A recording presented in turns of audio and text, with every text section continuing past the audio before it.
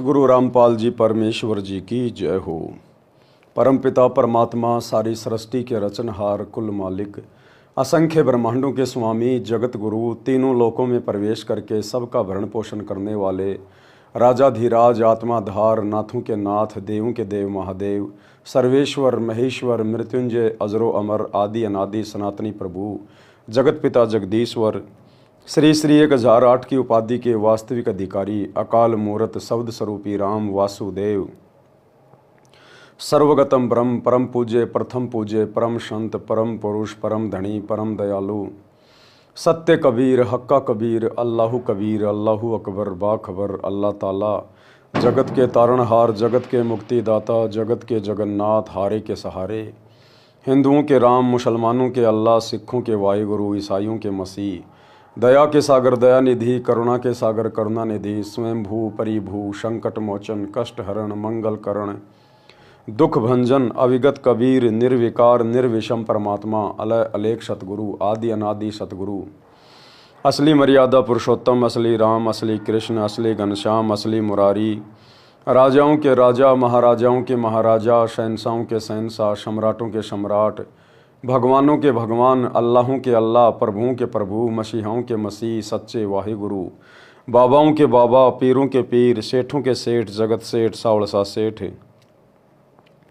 सर्वगुण संपन्न अनंत कोटि कलाओं के स्वामी अनंत कोटि ब्रह्मांडों के नायक योगियों में महायोगी ध्यानियों में महाध्यानी सिद्धों में परम सिद्ध ज्ञानियों में तत्व ज्ञानी ब्रह्म ज्ञानी महाज्ञानी परम ज्ञानी सर्वश्रेष्ठ ज्ञानी विज्ञानी युवा कबीर समरथ कबीर असमवात अमित ओझा सच्चे रहनुमा करीम अल्लाह शुभान अल्लाह दुनिया के अंतिम पैगंबर 8 सितंबर 1951 से गांव धनाना जिला सोनीपत हरियाणा भारतवर्ष की पावन भूमि पे प्रकट रियल कल की भगवान श्री नारायण साकार हरि श्री बाबा साहेब नूर परमात्मा संत श्रोमणी सतगुरु रामपाल जी परमेश्वर जी के चरण कमल में साध संगति से जुड़े हुए देश विदेश से आप और हम सभी सत्सेवक भाई बहनों का अनंत कोटि दंडवत प्रणाम।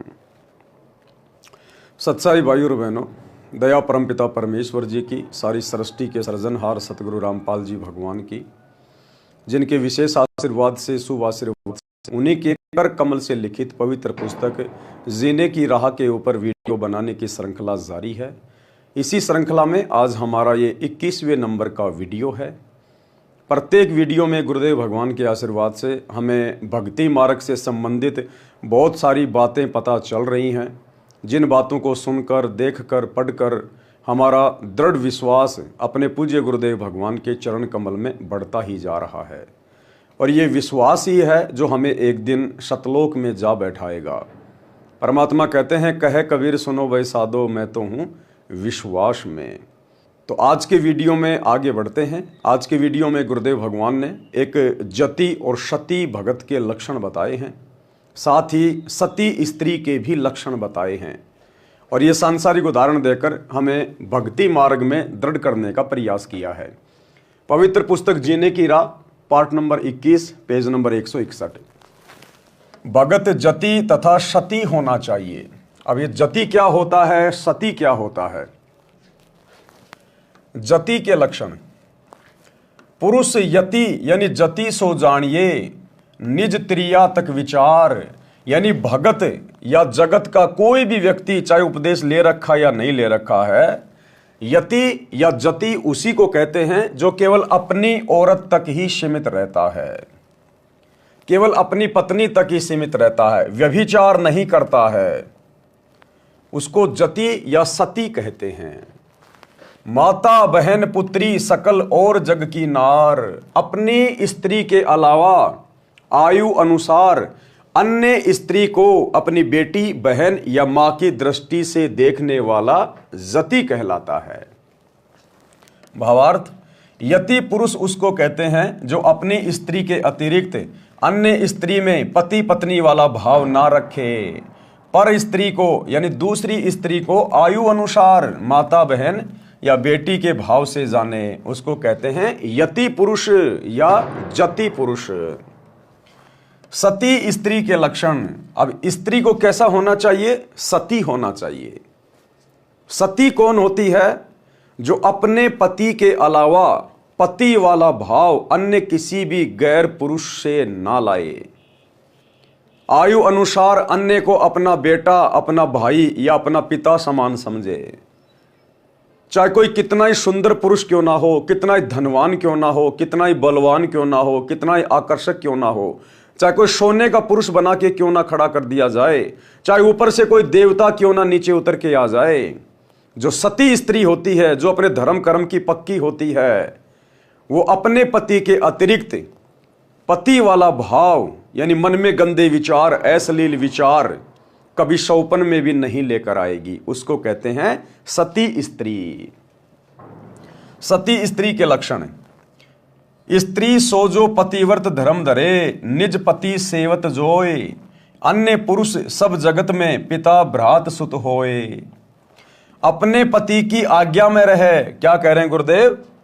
सती स्त्री वो है जो अपने पति की आज्ञा में रहे और निज तन मन से लाग, पिया विपरीत न कछु करे, तात्रिया को बड़भाग। अपने पति की आज्ञा में रहे और अपने पति के अतिरिक्त कुछ भी कार्य ना करे। उस स्त्री के बड़े भाग बताए, बड़ी सौभाग्यशाली बताई वो। गुरुदेव भगवान हमें सांसारिक उदाहरण देकर हमें आध्यात्मिकता में दृढ़ करना चाहते हैं। भक्ति मार्ग में सांसारिक स्त्री का उदाहरण देकर परमेश्वर ने हमारी आत्मा से जोड़ा है। आध्यात्मिक मार्ग में आत्मा स्त्री है, हम भगत भाई बहन स्त्री हैं और हमारा पति उपदेश लेने के बाद हमारा गुरुदेव हो जाता है। तो हमने भी इसी प्रकार से अपने गुरुदेव के प्रति सतीत्व वाला भाव धारण करना चाहिए। अपने गुरु की आज्ञा के अतिरिक्त हमने एक कदम भी भक्ति मार्ग पर भार नहीं रखना चाहिए। हमने अपने गुरु को, अपने पिया को, अपने परमेश्वर को प्रसन्न करने के हर संभव प्रयास करने चाहिए। उनकी आज्ञा के विरुद्ध हमने एक कदम भी बाहर नहीं रखना चाहिए। पिया विपरीत न कछु करे, तात्रिया को बड़ भाग। उस भगत के, चाहे वो बहन हो या भाई हो, उसके बड़े भाग, बड़ी सौभाग्यवती, बड़ी सौभाग्यशाली। भावार्थ: सती स्त्री उसको कहते हैं जो अपने पति से लगाव रखे। आत्मा, पतिव्रता आत्मा, पतिव्रता भगत या बहन उसको कहते हैं जो केवल अपने गुरुदेव भगवान से ही लगन रखे, अन्य किसी में परमात्मा वाला भाव ना देखे, अन्य किसी में परमेश्वर वाले भाव ना देखे। सती स्त्री उसको कहते हैं जो अपने पति से लगाव रखे, अपने पति के अतिरिक्त संसार के अन्य पुरुषों को आयु अनुसार पिता, भाई तथा पुत्र के भाव से देखे यानी बरते, अपने पति की आज्ञा में रहे यानी अपने गुरुदेव की आज्ञा में चले, उनके प्रत्येक नियम और मर्यादा में चले, मन तन से सेवा करे, कोई कार्य पति के विपरीत ना करे, कोई भी कार्य अपने गुरुदेव की भक्ति और मर्यादाओं के विरुद्ध ना करे, वो है पतिव्रता आत्मा। और जब तक हम इस प्रकार से पतिव्रता पद पर नहीं आएंगे तो हमारी भक्ति सफलता की ओर नहीं बढ़ेगी। दान करना कितना अनिवार्य है, यानी भक्ति मार्ग में सच्चे सतगुरु से उपदेश लेने के बाद में दान करना कितना अनिवार्य है। कबीर मनोकामना बिहाय के हर्ष सहित करे दान, ताका तन मन निर्मल होए, होए पाप की हान।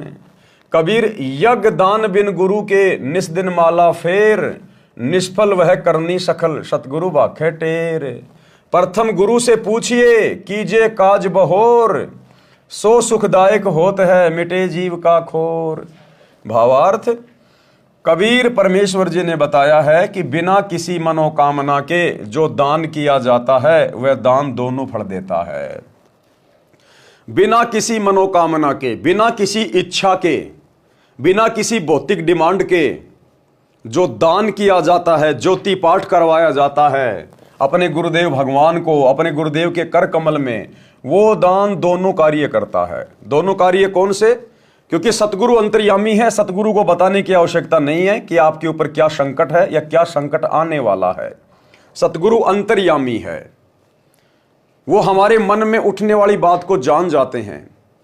जिस घटना का जो आने वाले समय में घटने वाली है, हमारे ऊपर कोई संकट आने वाला है, कोई दुख आने वाला है, हम नहीं जानते, सतगुरु पहले से जानते हैं।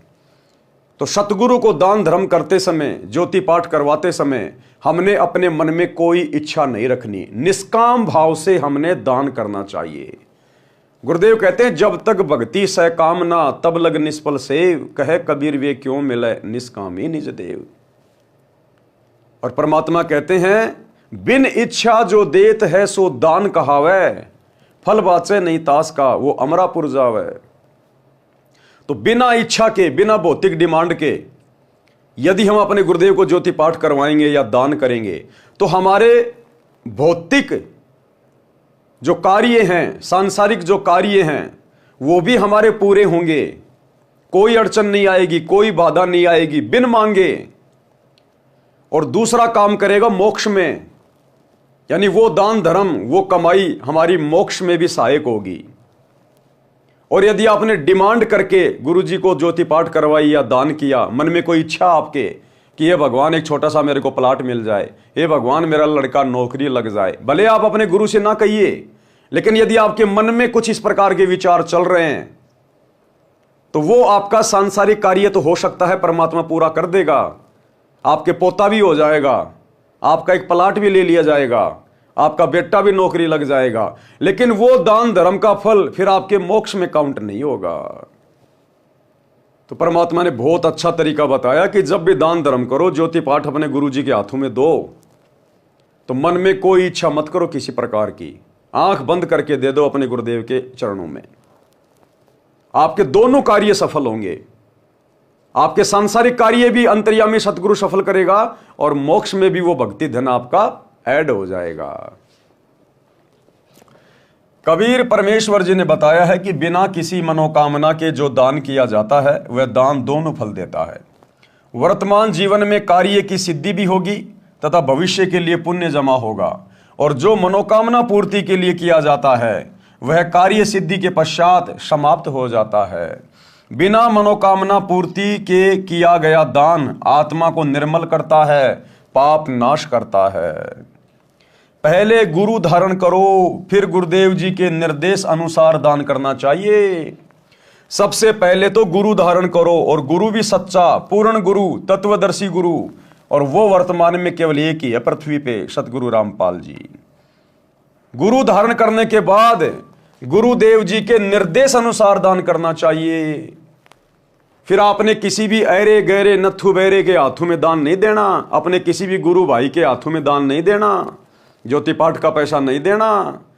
अपने गुरुजी के निर्देशन में, गुरुजी से आज्ञा लेकर फिर आपने ज्योति पाठ करवानी है।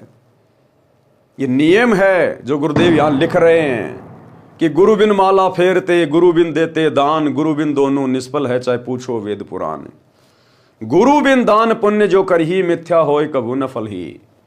और गुरुदेव ने हमें निर्देशित किया है, आदेशित किया है सत्संगों में कि बच्चों सुपात्र को दान धर्म करना चाहिए, सुपात्र के हाथों में ज्योति पाठ का पैसा देना चाहिए।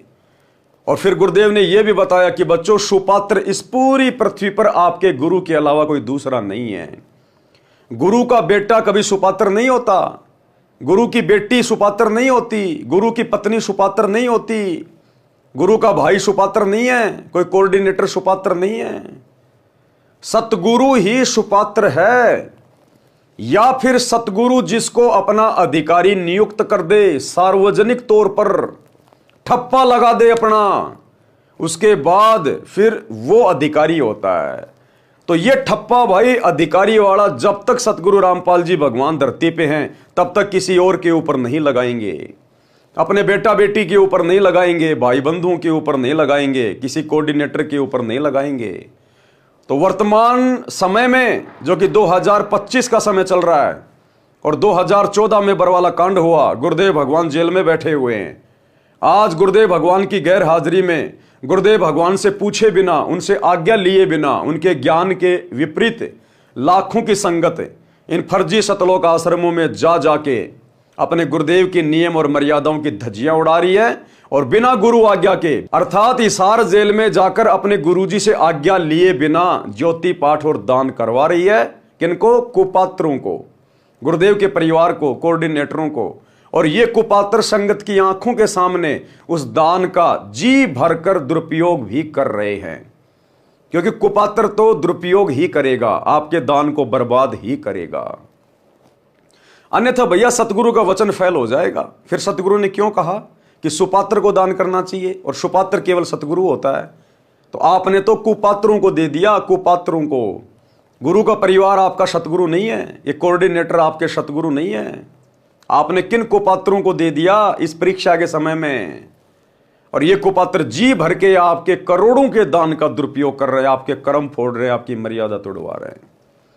धनाना गांव में करोड़ों रुपये का स्टेडियम बना दिया, जो कि गुरुदेव की आज्ञाओं के खिलाफ, सत्संगों के विपरीत। हरियाणा के जाट आरक्षण में करोड़ों रुपया चंदे के रूप में दे दिया। आनंदपाल सिंह जैसे गैंगस्टरों की सीबीआई जांच के समर्थन में 5 लाख रुपए दे दिए। हरियाणा के गोहाना जाट महासभा का 5वां फ्लोर बनवा दिया गया, जो 1 करोड़ से ऊपर बनेगा। अयोध्या में भंडारा लगा दिया काल पुजारियों के लिए। और भी दुनिया भर के पाखंड आडंबर आए दिन ये लोग आपके दान धर्म के ऊपर करते ही रहते हैं, काल प्रेरणा से आप लोगों की मर्यादा तोड़वाने के लिए। तो भैया सतगुरु का वचन मिथ्या नहीं जाता। सतगुरु ने कह दिया कि दान केवल सुपात्र को दिया जाता है, सुपात्र केवल आपका गुरु है। बाकी आप किसको दे रहे हैं ये आप स्वयं निर्णय कर लीजिएगा।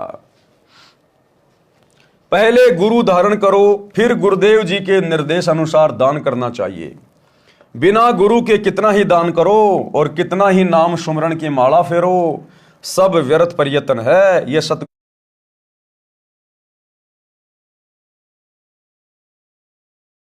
का तो ये मतलब है कि सबसे पहले सच्चा गुरु धारण करो, उसके बाद में दान करो। ठीक है भाई साहब, हमने सच्चा गुरु धारण कर लिया सतगुरु रामपाल जी को, अब क्या आंखें बंद करके दान करें किसी को भी? भाई गुरु तो हमने बना लिया सतगुरु रामपाल जी को, तो क्या अब आंखों पे काली पट्टी बांध के रोड पे खड़े भिखारी को पैसे दे दें, किसी भी शराबी को पैसे दे दें, किसी भी उल्टे कार्य में पैसे लगा दें, मंदिर में जाके दान कर दें, मस्जिद में जाके दान कर दें? क्योंकि गुरु तो हमने बना ही लिया, अब हमें दोष क्या लगेगा? तो इन वाणियों का एक नहीं अनेकों अर्थ निकलते हैं। सबसे पहले तो सच्चा गुरु धारण करो दान करने के लिए। सच्चा गुरु धारण करने के बाद गुरु ने जो मर्यादा बताई है कि केवल सुपात्र को दान देना है। अब सुपात्र सतगुरु के अलावा धरती पे कोई दूसरा नहीं है, तो आप किसको दान दे रहे हैं वर्तमान में इन फर्जी सतलोक आश्रमों में जाकर? ये गुरुदेव के आध्यात्मिक निर्देशन के बिल्कुल विपरीत है। विपरीत आपका दान कुपात्रों के हाथों में जा रहा है। प्रथम गुरु की आज्ञा लें, तब अपना नया कार्य प्रारंभ करना चाहिए। वह कार्य सुखदायक होता है तथा मन की सब चिंता मिटा देता है। कोई भी कार्य करने से पहले अपने गुरुदेव भगवान की आज्ञा अवश्य लें। जैसे आप कोई मकान बना रहे हैं, दुकान बना रहे हैं, मकान में आप जी प्रवेश कर रहे हैं, अपना नया कोई कारोबार खोल रहे हैं, तो सर्वप्रथम अपने गुरुदेव की आज्ञा अवश्य लें। और वर्तमान में गुरुदेव भगवान हिसार जेल में बैठे हैं, आम भगत उनसे मिल नहीं सकता, उनके परिवार ने धर्म को धंधा बना लिया, उनके ऊपर विश्वास किया नहीं जा सकता। तो वर्तमान में अपने गुरुदेव के ज्ञान को आधार बनाकर और घर पर दरबार साहिब के सामने अपनी अर्जी अपने गुरुदेव को दंडवत प्रणाम करते हुए हृदय से लगाइए और अपने गुरुदेव से आज्ञा लीजिए और अपना कार्य शुरू कीजिए। कबीर अभ्यागत आगम निरखी, आदर मान समेत, भोजन छाजन बित यथा सदा, काल जो देत। भावार्थ, आपके घर पर कोई अतिथि आ जाए तो आदर के साथ भोजन तथा बिछावना अपनी वित्तीय स्थिति के अनुसार सदा समय देना चाहिए। यानी एक अच्छे व्यक्ति के लक्षण बताए हैं, एक अच्छे भगत के लक्षण बताए गुरुदेव ने। यदि आपके घर पर कोई अतिथि आ जाए, कोई भी आ जाए, और यदि नेक इंसान है, अच्छा इंसान है, तो आदर सत्कार के साथ हमने उसके साथ में वार्तालाप करनी चाहिए, प्यार प्रेम के साथ में भोजन करवाना चाहिए, जैसा भी हमारा सामर्थ्य है। और जैसा भी है, यदि रात्रि को रुकना चाहता है तो बड़े इज्जत के साथ आप उनका बिछावना लगाइए। ये एक नेक इंसान के परमात्मा ने लक्षण बताए हैं। सोई मलेच्छ समझानिए, ग्रही जो दान विहीन, यही कारण नित दान करे, जो नर चतुर परवीन। भावार्थ, जो गृहस्थी व्यक्ति दान नहीं करता वह तो मलेच्छ यानी दुष्ट व्यक्ति के समान है। इसलिए हे बुद्धिमान, नित दान करें, क्योंकि गृहस्थी व्यक्ति के ऊपर पाप कर्म बहुत ज्यादा होते हैं। गृहस्थी व्यक्ति अपने घर में भी काम करते हैं, झाड़ू पोछा भी करते हैं, कपड़े भी धोते हैं, खेतों में काम भी करते हैं, बिजाई भी करते हैं, खेतों की जुताई भी करते हैं, तो उसमें बहुत ज़्यादा जीव हत्या होती है। इसलिए गृहस्थी व्यक्ति को सबसे पहले सच्चा सतगुरु धारण करना चाहिए और उसके बाद यथासंभव दान अवश्य करना चाहिए। पात्र कुपात्र विचार के तब दीजिए ताही दान, देता लेता शुक्ल है अंत होए नहीं हान। अब क्या कह रहे हैं गुरुदेव कि पात्र और कुपात्र को विचार कर लेना चाहिए कि दान लेने का पात्र कौन है, यानी सुपात्र कौन है, और कुपात्र कौन होता है। कुपात्र यानी जो अधिकारी नहीं है। कहते हैं दान देने से पहले सुपात्र और कुपात्र जांच कर लेना चाहिए। देता लेता शुक्ल है अंत होए नहीं हान। यदि सुपात्र के हाथ में दान चला गया तो आपको कोई हानि नहीं होगी, और यदि कुपात्र के हाथों में दान दे दिया तो फिर उसका परिणाम भी भयंकर निकलेगा। भावार्थ, दान कुपात्र को नहीं देना चाहिए। अब सतगुरु रामपाल जी के अलावा धरती पर कोई भी सुपात्र नहीं है। इनके अलावा कोई भी ज्योति पाठ और दान का पैसा लेने का वर्तमान में अधिकारी नहीं है। अब वर्तमान में संगत किनके हाथों में दे रही है, स्वयं विचार कर लेना भाई। सुपात्र को दान हर्षपूर्वक देना चाहिए। अब सुपात्र सतगुरुदेव भगवान तो हिसार जेल में बैठे हैं भाई। हिसार जेल में परीक्षा चल रही है। या तो हिसार जेल में अपने गुरुदेव से जाकर आमने सामने प्रत्यक्ष उनसे भेंट करके आज्ञा लेके उसके बाद दीजिए, अन्यथा अपने दान को अपने घर पे रखिए भैया। जब गुरुदेव आए उसी समय उनके कर कमल में दीजिए। सुपात्र गुरुदेव बताया। सुपात्र कौन है? गुरुदेव। और कोई सुपात्र नहीं है धरती पर, दान लेने का कोई अधिकारी नहीं है। सुपात्र गुरुदेव बताया है। फिर कोई भूखा है उसको भोजन देना चाहिए। रोगी का उपचार अपने वित्त सामने धन देकर करना। क्या कह रहे हैं गुरुदेव? यदि कोई भूखा है तो उसको भोजन देना चाहिए। भोजन के पैसे नहीं देने चाहिए। नगद 1 रुपया भी भगत ने किसी को नहीं देना अपने गुरु के अलावा। चाहे कोई कितना ही गिड़गिड़ाए, कितना ही रोए, कितना ही नौटंकी करे, भगत ने भावनाओं में नहीं बहना। आवश्यकता से अधिक दया धर्म भी भगत के लिए हानिकारक होता है। हमने राजा जनक जैसी गलती नहीं करनी। उन 12 करोड़ नरक में पड़ी हुई आत्माओं की पुकार सुन के, ये कलयुग की बिचली पीढ़ी है, फूक फूक के कदम रखना पड़ेगा। काल तो वैसी परिस्थितियां प्रकट करेगा हमें डुबोने के लिए, हमारी मर्यादा तुड़वाने के लिए। और सतगुरु भी वर्तमान में जेल में बैठ के वही देख रहा है कि मेरे हैं कितने, मेरे ज्ञान को आधार बनाकर कितने भक्ति कर रहे हैं, देखा देखे में भेड़ की पूंछ पकड़ के कितने चल रहे हैं। आप यदि कोई भूखा है तो उसको भोजन खिला दीजिए। आपके घर से बना के खिला दीजिए, या आप यदि बाजार में हैं और कोई आपसे भोजन की डिमांड कर रहा है, वास्तव में भूखा है, तो किसी भी दुकान से भोजन लेकर आप उसको दे दीजिए। आपने नगद पैसा बिल्कुल भी नहीं देना, बिल्कुल भी। यदि आप जल्दबाजी में हैं, उसको भोजन करवाने की स्थिति में नहीं है, तो हाथ जोड़ लीजिए कि भाई साहब माफ करना, अभी मैं थोड़ा जल्दी में हूं। फिर कोई भूखा है उसको भोजन देना चाहिए। रोगी का उपचार अपने वित्त सामने धन देकर करना। यदि कोई रोगी है, कोई बीमार है, चाहे आड़ोसी हो, चाहे पड़ोसी हो, चाहे रिश्तेदार हो, हमने उनको नगद पैसे नहीं देने कि भाई साहब मेरा बेटा बहुत बीमार हो गया, मेरे फोन पे में पैसे डाल दे। समय नहीं है भाई साहब, भावनाओं में नहीं बहना, जल्दबाजी नहीं करनी बिल्कुल भी। अपनी आंखों के सामने अगर दवा की जरूरत है तो मेडिकल पे जाइए। 2, 4, 5 हजार जितने की भी दवा की आवश्यकता है, यदि आप समर्थ हैं तो आप अपनी जेब से मेडिकल वाले को पैसे दीजिए। जितने की दवा है उतने ही, 1 रुपया भी नहीं फालतू। उसको 100 रुपए भी फालतू नहीं देने के हिसाब तू अपने खर्चे के लिए रख ले। हाँ, यदि हमारा कोई भगत भाई बहन है, नाम उपदेश ले रखा है, मर्यादा में है, उसको हम नगद पैसा देके उधार मदद कर सकते हैं, क्योंकि वो परमात्मा का भगत है, वो पैसे का दुरुपयोग नहीं करेगा। और यदि फिर भी वो दुरुपयोग करेगा तो सजा फिर वो भोगेगा, हम नहीं भोगेंगे, क्योंकि हमने तो अपनी आंखों के सामने उसकी स्थिति को देखकर हमने उसकी मदद की है। अब वो यदि अपने कर्म फोड़ रहा है, अपने भगवान को धोखा दे रहा है, तो लाख बार दे। लेकिन जगत वाला कोई भी व्यक्ति हो, चाहे रिश्तेदार हो, चाहे अड़ोसी हो, चाहे पड़ोसी हो, उनको नगद पैसा नहीं देना, चाहे कोई कितना बीमार हो। डॉक्टर की फीस देने में वो समर्थ नहीं है, यदि आप समर्थ हैं, उसकी मदद करना चाहते हैं, तो आप जी खुद जाइए हॉस्पिटल में, डॉक्टर से पूछिए साहब आपकी कितनी फीस है, बोलेगा साहब 3,000 रुपये, लीजिए साहब 3,000 रुपये, और उसको बोल दीजिए भाई मैं आपको ये उधार दे रहा हूं, ये पैसा आप मेरा लौटा देना। फ्री में मदद नहीं करनी, बिल्कुल भी ना भगत की ना जगत की, फ्री में मदद नहीं करनी, उधार का बोल के दीजिएगा। अगर वो नहीं चुका पाएगा किसी कारण से, तो फिर कोई दिक्कत नहीं होने वाली, क्योंकि हमने फ्री में नहीं दिया, हमने तो उधार दिया। अब कोई सामने वाला देने में समर्थ नहीं है या उसकी नीयत खराब हो गई, तो फिर हम भक्तों को दोष नहीं है, उसके कर्म फिर उसके साथ में हैं।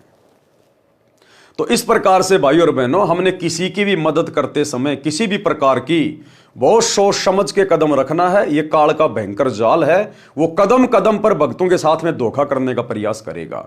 हमने भावनाओं में नहीं बहना, जल्दबाजी में कोई डिसीजन नहीं लेना। दुनिया मरे तो मरे, उनकी जल्दबाजी में हम क्यों मरे अपनी मर्यादा तोड़ के। अगर इतना ही ज्यादा दुखी है, परेशान है, तो आजा भगवान की शरण में, नाम दीक्षा ले, संकल्प ले, भक्ति कर, अपनी सत्संग सुनना शुरू कर।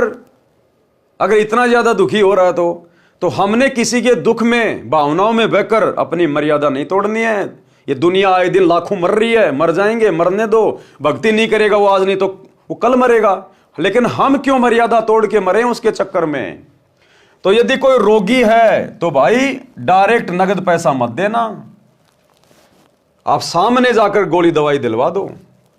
बाढ़ पीड़ित, यदि कोई बाढ़ आ गई, कहीं पर भूकंप आ गया, और यदि आप समर्थ हैं, तो आप किसी के मोबाइल पे, फोन पे या बहुत सारे लोग उस समय वीडियो बनाएंगे, आप बाढ़ पीड़ितों की मदद कीजिएगा, वहां भूकंप आ गया, आपकी मदद की आवश्यकता है। आप यदि 100 रुपए भी डालेंगे तो लाखों रुपए हो जाएंगे, लोगों की मदद हो जाएगी।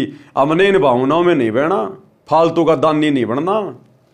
यदि आपके आसपास ऐसा कोई सिस्टम है, कहीं बाढ़ आई है, कोई भूकंप आया है, आप जी अपने घर से भोजन भंडारा बनवा के लेके जाइए, और उसके बाद आप उनको भोजन दीजिएगा। या मार्केट से कोई चीज वगैरह, कोई फल फ्रूट वगैरह, या कोई फूड पैकिंग वगैरह, और फूड पैकिंग भी ऐसी होनी चाहिए जिसको आदमी बेच ना दे। आजकल ये भिखारी भी बड़े एडवांस हैं। आप किसी को भी क्या करोगे, बिस्कुट का पैकेट दे दोगे, वो उसको दुकान वाले को 3 रुपए में दे देगा वापस, और 2 रुपए जो बचेंगे उसका गुटखा लेके खा लेगा।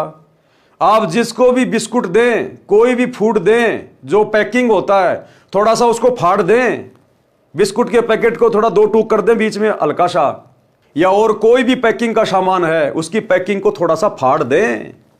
नहीं तो आजकल बड़े उस्ताद हैं, ये 100 रुपए की चीज को 25 रुपए में दुकान वाले को दे देंगे। अब 25 रुपए तो गए ना, 25 रुपए का जो वो उल्टा काम करेगा, नुकसान तो हमें हुआ ना फिर। तो बहुत सोच समझ के भाई और बहनों, तो बाढ़ पीड़ितों को भी भोजन खिलाइए, खाने पीने का सामान दीजिए, नगद पैसे नहीं। भूकंप पीड़ितों को समूह बनाकर भोजन, कपड़े अपने हाथों से देना सुपात्र को दिया गया दान है। क्या कह रहे हैं गुरुदेव, अपने हाथों से देना। अब हाथों से कब देंगे, वहां पहुंच के देंगे। घर बैठे मोबाइल पे स्कैन करके रुपए नहीं डालेंगे। अपने हाथों से देने का मतलब वहां पहुंच के देना, अपनी आंखों के सामने, कि वास्तव में इसको आवश्यकता है, और नगद बिल्कुल नहीं देना। तो इतनी सावधानी हमने बरतनी है। अपने हाथों देना, सुपात्र को दिया दान कहा है, इससे कोई हानि नहीं होती है। धर्म बोध पृष्ठ 189 का सारांश। कबीर फल कारण सेवा करे, निस्दिन याचे राम, कहे कबीर सेवा नहीं, जो चाहे चौगुने दाम। कि भैया अगर सेवा के बदले अगर तू धन की उम्मीद कर रहा है, तो फिर तू तो मजदूरी कर रहा है, तू भक्ति नहीं कर रहा, तू तो बिजनेस कर रहा है, तू तो व्यापार कर रहा है। कि मैं गुरुजी को एक ज्योति करवा दूं, अगर मेरा एक प्लाट अगर वो बिक जाए, तो अगर वो प्लाट में ले लूं तो गुरुजी को ज्योति करवा दूं, तो तू तो भैया बिजनेस कर रहा है, गुरु के साथ में धंधा कर रहा है। तू सेवा थोड़ी कर रहा है, दान थोड़ी कर रहा है। कबीर फल कारण सेवा करे, निस्दिन याचे राम, कहे कबीर सेवा नहीं, जो चाहे चौगुने दाम। जो किसी कार्य की सिद्धि के लिए सेवा यानी पूजा करता है, दिन रात परमात्मा से मांगता रहता है, परमेश्वर कबीर जी ने कहा है कि वह सेवा नहीं, जो 4 गुना धन सेवा के बदले इच्छा करता है। कबीर सज्जन सगे कुटुंब हितु, जो कोई द्वारे आव, कबहू निरादर ना कीजिए, राखे सबका भाव। एक नेक भगत के क्या लक्षण बताए, एक अच्छे इंसान के गुरुदेव ने क्या लक्षण बताए। भद्र पुरुषों, सगे यानी रिश्तेदारों, कुटुंब यानी परिवारजनों तथा हितु यानी आपके हितैषियों का आपके द्वार पर आना हो तो कभी अनादर नहीं करना चाहिए, सबका भाव रखना चाहिए, लेकिन अपनी मर्यादाओं का विशेष ध्यान रखना चाहिए। मर्यादा तोड़कर हमने दूसरों का आदर सत्कार नहीं करना, मर्यादा तोड़कर हमने ज्यादा सम्मान का पात्र नहीं बनना। अपनी मर्यादा पहले, घर पर कोई भी आ जाए, रिश्तेदार आ जाओ, कोई सगा संबंधी आ जाओ, सबको प्यार प्रेम से बोलिए, बढ़िया भोजन खिलाइएगा, परमात्मा की चर्चा सुनाइएगा। हमने अपनी मर्यादाओं का सबसे पहले ध्यान रखना है। कबीर कोड़ी कोड़ी जोड़कर कीने लाख करोड़, पैसा एक ना संग चले केते दाम बटोर। कि भैया कितना ही जोड़ ले, कितना ही बैंक भर ले, कितना ही दुनिया लूट ले, रिश्वत ले ले, ठग ले, अंत में तेरे साथ एक फुट्टी कोड़ी भी नहीं जाएगी। जो कर्म तूने बिगाड़ लिए, लोगों को ठग के, चोरी करके, धन जमा करके, वो कर्म तेरे साथ जाएंगे। भावार्थ, दान धर्म पर पैसा खर्च किया नहीं, लाखों करोड़ों रुपए जमा कर लिए, संसार छोड़कर जाते समय एक पैसा भी साथ नहीं चलेगा, चाहे कितना ही धन संग्रह कर लो। जो धन हरि के हेत धर्म रा नहीं लगात, सो धन चोर लबार गहे धर छाती पर लात। जो व्यक्ति दान धर्म में पैसा नहीं लगाता, शुभ कार्यों में पैसा नहीं लगाता है, कहते हैं जो धन हरि के हेत धर्म रा नहीं लगात, सो धन चोर लबार गहे धर छाती पर लात। कहते हैं चोर उसके धन को चुरा लेंगे, उसकी छाती पे लात धर के। आपका लड़का बीमार हो जाएगा, एक्सीडेंट हो जाएगा, आपने डॉक्टर को लाखों रुपए देने पड़ेंगे, कार्ड ले गए छाती पे पैर रख के। जो आप 5,000 रुपए भी दान में लगाने से डर रहे थे ना, कि कहीं पैसे कम ना पड़ जाए, नुकसान ना हो जाए, अब छोरा बीमार हो गया, अब लाखों रुपए वो डॉक्टर लेगा छाती पे पैर धर के। घर में चोरी हो जाएगी, चोर चुरा ले जाएंगे पैसा, ज्वेलरी, सोना चांदी, छाती पे पैर रख के रोते रहो फिर बाद में। और दान धर्म करते तो परमात्मा मुसीबत में आगे खड़ा हुआ मिलता, आगे खड़ा हुआ। जो धन परमात्मा के निमित्त खर्च नहीं होता, कभी धर्म कर्म में नहीं लगता, उसके धन को डाकू चोर लुटेरे छाती ऊपर लात रखकर यानी डरा धमकाकर छीन ले जाते हैं। सत का सौदा जो करे दंभ छल छिद्र त्यागे, अपने भाग का धन लहे पर धन विषम लागे। सत का सौदा यानी सत भक्ति जो करे, जो सत भक्ति रूपी धंधा करे, व्यापार करे, और दंभ यानी अहंकार और छल छिद्र त्यागे यानी ये चतुराई, ये कपट, धोखाधड़ी, इसको छोड़ दे और अपने भाग का धन लहे, केवल अपनी किस्मत का धन ही अपना समझे, पर धन विषम लागे। दूसरे का धन, दूसरे का पैसा जहर के समान लगना चाहिए। अपने जीवन में परमात्मा से डरकर सत्य के आधार से सर्व कर्म करने चाहिए कि भैया एक दिन मालिक के दरबार में भी जाना है, आज नहीं तो कल ये शरीर भी छूटेगा, ऊपर भगवान के दरबार में भी जाएगा, वहां तेरा काउंट होगा पाई पाई का। तुमने उस दरगाह का महल नहीं देखा, धर्मराज के तिल तिल का लेखा। जो अपने भाग्य में धन लिखा है उसी में संतोष करना चाहिए, पर धन को जहर के समान समझें। पर धन क्या, लोगों को लूटना, ठगना, झूठ बोल के धन इकट्ठा करना, रिश्वत वगैरह लेना, ये होता है पर धन हड़पना। भूखा जही घरते फिरे ताको लागे पाप, जिसके घर से कोई व्यक्ति भूखा चला जाता है, कहते हैं वो महापापी व्यक्ति होता है, महापापी। कैसे?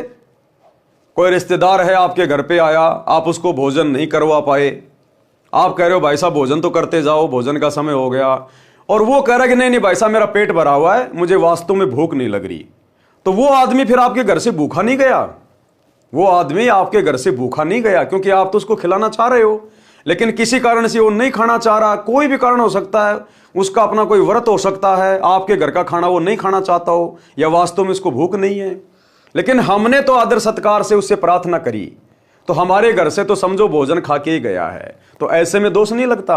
हाँ, यदि आपकी बोलचाल से, आपके झगड़ालू स्वभाव से, आपके द्वारा कुछ उल्टा सीधा बोलने से यदि वो व्यक्ति नाराज होकर और भोजन करके नहीं जाता है, या आपने उसको भोजन नहीं करवाया, तो फिर आप जी परमात्मा के दोषी बनते हैं। तो भगत ने आए हुए को एक प्रकार से, जैसे कहते हैं ना कि भाई घर पे आया हुआ तो भगवान समान होता है, मेहमान तो भगवान समान होता है, तो हमने उसी भाव से उनको भोजन पानी के लिए जरूर प्रार्थना करनी चाहिए। और कोई नहीं खा के जाता है अपनी मर्जी से, तो फिर हमें दोष नहीं है।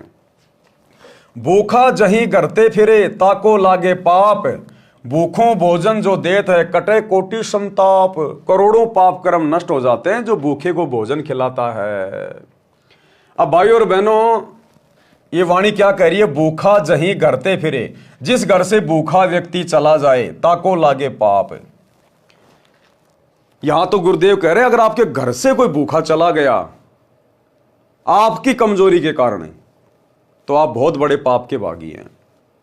तो सोचिए भाई और बहनों, दूसरे के घरों में घुसकर यदि कोई किसी को भोजन ना करने दे, खाना ना खाने दे, उसके भोजन को उठा के फेंक दे, उनके साथ में मार पिटाई करे बेवजह अपने स्वार्थ के लिए, तो उनको क्या पाप लगेगा? जब घर पे आए हुए व्यक्ति को आपने भोजन नहीं करवाया और किसी कारण से झगड़ा करके निकाल दिया, उसको कितना पाप है। और आप दूसरे के घर में जाके मारपीट करो, उनको भोजन ना करने दो, तो कितना पाप लगेगा? गिनती नहीं है। तो ये पाप वर्तमान में काल करवा रहा है सतगुरु रामपाल जी के परिवार से, इन कोऑर्डिनेटरों से। साध संगतियों में जाते हैं ये लोग, पुलिस वालों को लेके साध संगतियां बंद करवाने के लिए, भंडारे बंद करवाने के लिए, और वहां जाकर सत्सेवक भाई बहनों के सामान को फेंकते हैं, हलवे राम को फैला देते हैं, भक्तों के साथ मार पिटाई करते हैं, थाने में लेके जाते हैं, उनको भोजन नहीं करने देते, भंडारा नहीं करने देते। तो सोचिए इन राक्षसों के साथ, गुरुदेव के परिवार के साथ और इन कोऑर्डिनेटरों के साथ और इनके चक्कर में जो आम संगत आकर इस प्रकार का कुकृत्य कर डालती है सत्सेवकों के साथ, सोचिए उन लोगों के साथ में क्या बीतेगी आने वाले समय में। वो तो टोटली परमात्मा के विधान के सैकड़ों गुना ज्यादा खिलाफ कर रहे हैं। इसलिए भाई और बहनों, दास बार बार कहता है कि जो दुर्गति आने वाले समय में संत रामपाल जी के उन भक्तों की होगी जो जानबूझ के आंख बंद करके बैठे हैं, इतनी तो जगत वालों की भी नहीं होगी, क्योंकि ये लोग जानबूझ के सांची तज रहे हैं। भावार्थ, जिस घर से कोई भूखा लौट जाता है उसको पाप लगता है, और भूखों को भोजन देने वालों के करोड़ों विघ्न टल जाते हैं।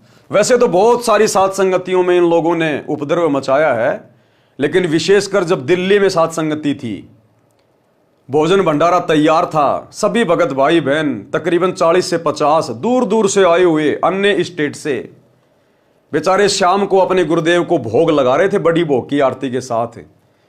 उसी समय सतलोक आश्रम वालों ने एंट्री मार दी, पुलिस वालों को दारू पिला के लेके गए और भक्तों को बहुत बुरी तरह से मार पिटाई करवाई, थाने में लेके गए, भंडारे को फैला दिया, किसी को भंडारा नहीं करने दिया। बेचारे भगत ना जाने कहां कहां से भूखे आए थे, अपने गुरुदेव को भोग लगा रहे थे कि बाद में चलो भंडारा करेंगे, बेचारे वापस भूखे गए।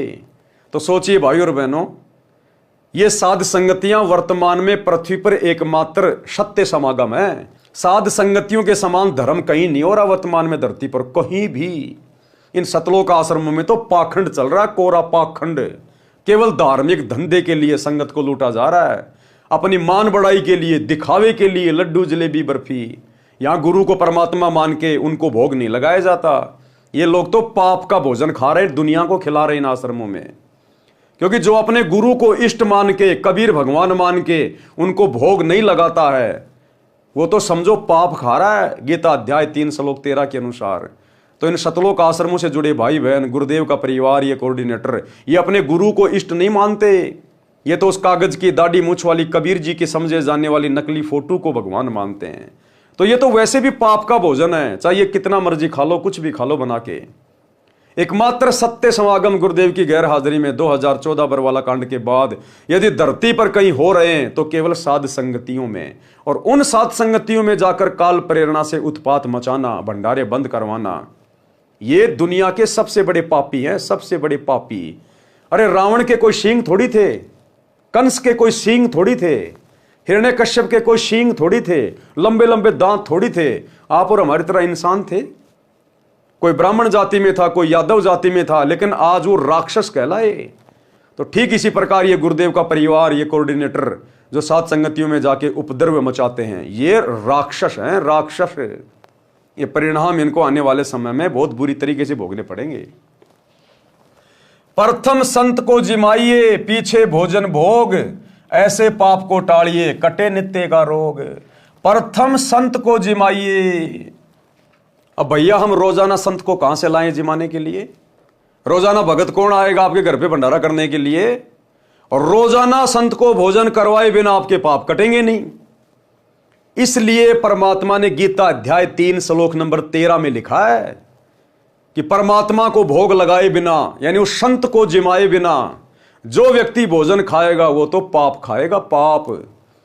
इसलिए सतगुरु ने अपनी प्यारी आत्माओं को, सत्सेवकों को बचाने के लिए काल के कहर से और अपने शास्त्र अनुकूल भक्ति विधान अनुसार आगे बढ़ाने के लिए यह प्रेरणा की है कि बच्चों घर घर में अपने गुरुदेव को इष्ट मान के भोग लगाओ।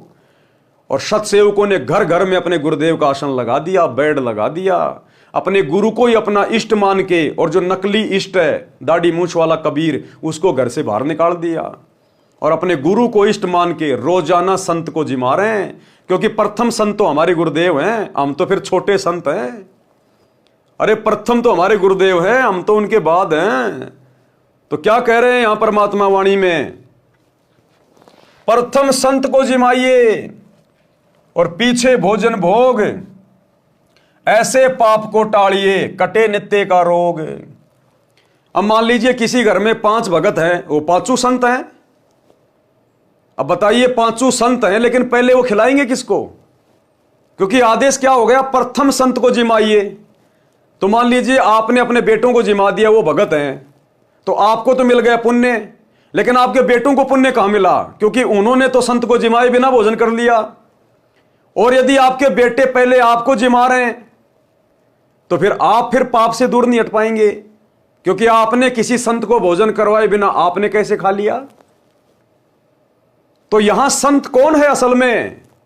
जो उन 5 को लाभ मिलेगा उसको भोजन करवाने से। सबसे बड़ा संत हमारा गुरु। इसलिए अपने गुरुदेव को भोग लगाइए, भोग की आरती के साथ। ये अन्नदेव की आरती नहीं। थाली में रोटी डाल ली, एक टुकड़ा तोड़ के रख दिया और अन्नदेव की छोटी आरती कर दी, वो संत जिमाना नहीं है, वो तो तुम जिम रहे हो। संत कहां जिम रहा है? इसलिए घर पर यदि कोई भगत भाई बहन आ जाए तो वो संत हैं। और रोजाना जिस संत को भोग लगाने की बात कही जा रही है उसके बाद हमने भोजन खाना है, वो परम संत हमारा गुरु है, हमारा गुरु। पहले अपने गुरु को भोग की आरती के साथ भोग लगाइए, हलवे राम का भोग लगाइए, जो विधि सात संगतियों में चल रही है। तो देखो भाई और बहनों, प्रत्येक बात का आपको समर्थन मिलेगा, आपको जो है सबूत मिलेगा। प्रथम संत को जिमाइए, पीछे भोजन भोग, ऐसे पाप को टाड़िए, कटे नित्य का रोग। यदि आपके घर पर कोई संत भगत आ जाए तो पहले उसको भोजन कराना चाहिए, पीछे आप भोजन खाना चाहिए। इस प्रकार अपने सिर पर नित्य आने वाले पाप के कारण कष्ट को टालना चाहिए। अब भैया रोजाना संत कहां से आएंगे? रोजाना घर पे भगत कहां से आएंगे? तो ये परम संत है, इसको पहचान लीजिए। संतों का संत, परम संत, इन्हें अपना इष्ट मानकर गीता अध्याय 3 श्लोक 13 के अनुसार प्रतिदिन भोग लगाइए, हमारे सारे पाप ना कट जाएं। कर्म बोध पृष्ठ 180 का सारांश। कबीर यद्यपि उत्तम कर्म करी रह रहित अभिमान, कि भगत ने केवल श्रेष्ठ कर्म करने चाहिए, अपने गुरुदेव भगवान की आज्ञा में रहकर उनके बताए अनुसार ही धार्मिक जो कर्म है वो करने चाहिए। रह रहित अभिमान और घमंड से दूर रहना चाहिए, मान बड़ाई अहंकार से दूर रहना चाहिए। साधु देख सिर नावते करते आदरमान, और भगत को देखते ही सिर झुक जाना चाहिए। सतसाई भगत जी कहते हैं वो भगत सफल होगा। और यहां भक्तों को जा जाके लठों से मार रहे हैं, सात संगतियों में भक्तों पे मुकदमा करवा रहे हैं, भक्तों को जेल करवा रहे हैं। तो बताइए इनके साथ में क्या बीतेगी आने वाले समय में? भावार्थ, अभिमान त्याग कर श्रेष्ठ कर्म करने चाहिए। अब भैया अभिमान तो कूट कूट के भर दिया काल ने संगत में, वर्तमान में गुरुदेव की गैर हाजिरी में। अभिमान कहां से त्यागेंगे और श्रेष्ठ कर्म कहां से करेंगे? ये तो घटिया कर्मों में लग गए। राजनेताओं की रैलियों में धक्के खाना श्रेष्ठ कर्म नहीं है भक्ति मार्ग में।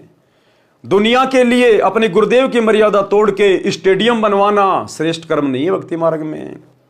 अयोध्या में जाके आन उपासना को बढ़ावा देते हुए काल पुजारियों के लिए भंडारा लगाना यह श्रेष्ठ कर्म नहीं है गुरुदेव के अनुसार।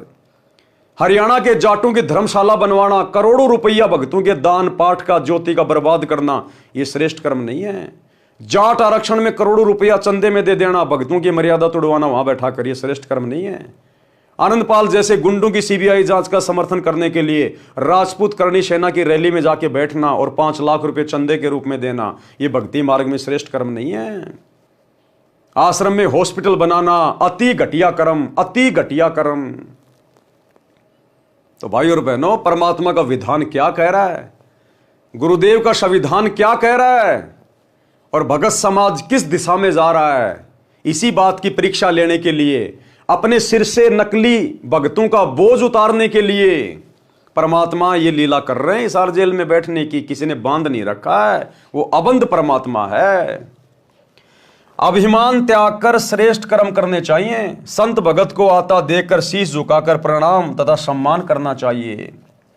कबीर बार बार निज शरणते सुने जो धर्म पुराण, कोमल चित उदार नित हिंसा रहित बखान।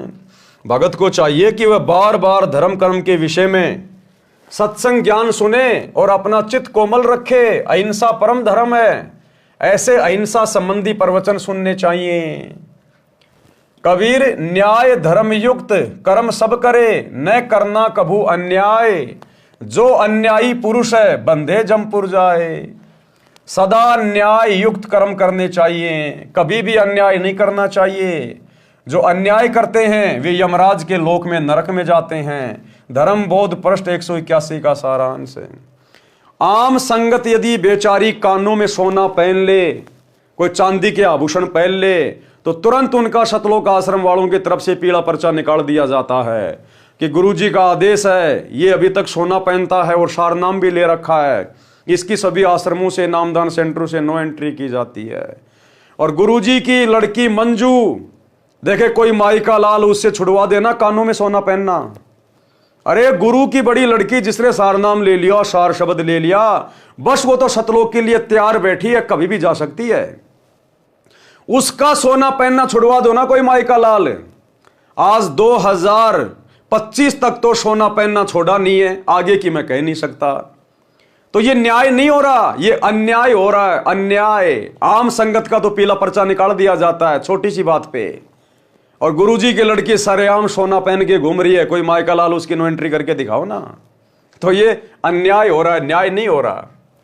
सदा न्याय युक्त कर्म करने चाहिए, कभी भी अन्याय नहीं करना चाहिए। जो अन्याय करते हैं वे यमराज के लोक में नरक में जाते हैं। धर्म बोध पृष्ठ 181 का सारांश है। कबीर गृह कारण में पाप बहु नित लागे सुन लोए, ताही ते दान अवश्य दूर ताही ते होए। कबीर चक्की चौके चूल्हे में झाड़ू और जलपान, गृही आश्रमी को नित्य है पाप पांचे विधिजान। यानी 5 प्रकार से गृहस्थी व्यक्ति को रोजाना पाप लगता है।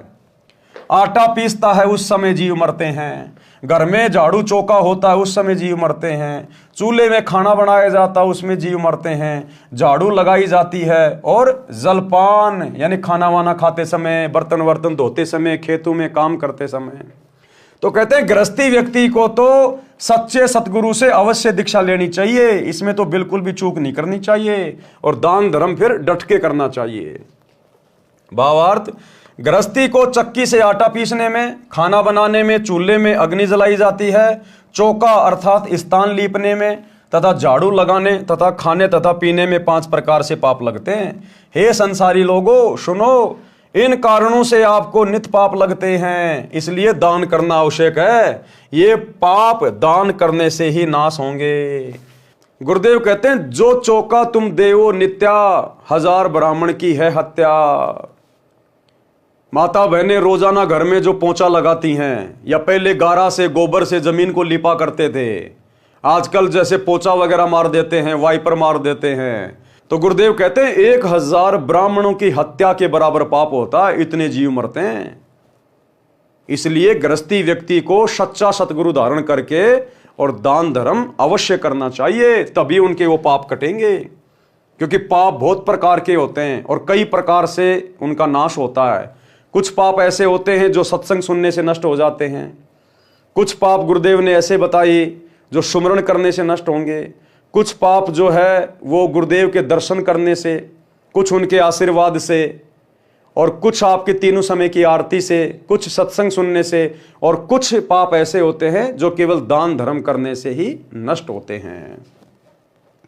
इसलिए दान करना आवश्यक है, लेकिन भाइयों और बहनों ध्यान रखना है भावनाओं में बह के नहीं, किसी कुपात्र को नहीं, अपने किसी भगत भाई को नहीं, केवल अपने गुरुदेव को, क्योंकि सुपात्र गुरुदेव हैं। वर्तमान में हमारे गुरुदेव हिसार जेल में बैठे हुए हैं, तो हमने संकल्प कर लेना है अपने घर पे ज्योति का, पाठ का, दान का संकल्प कर लो। पैसा अपने पास में रखो, जब गुरुदेव आए उसी समय उनके हाथ में दो, किसी कुपात्र के हाथ में नहीं देने हमने भावनाओं में बह के। ये परमात्मा है, परम साधु है, और कहते साधु भूखा भाव का, धन का भूखा नहीं, जो कोई धन का भूखा वो साधु भी नहीं। इसलिए गुरुदेव की गैर हाजिरी में यदि गुरुदेव ने किसी को अधिकारी नियुक्त नहीं कर रखा है दान धर्म लेने के लिए, तो आपने किसी भी कुपात्र के हाथ में, चाहे उनका बेटा हो, चाहे बेटी हो, चाहे कोऑर्डिनेटर हो, चाहे कोई भी हो, कोई कितना ही डराए, कितना ही धमकाए, कितना ही पीड़ा पर्चा निकाले, कुछ भी कहे, हमने अपने कर्म नहीं फोड़ने। ये हमारी दृढ़ता की परीक्षा ले रहा है परमात्मा वर्तमान में। कबीर कछु कटे सत्संग ते, कछु नाम के जाप, कछु संत के दर्शते, कछु दान प्रताप।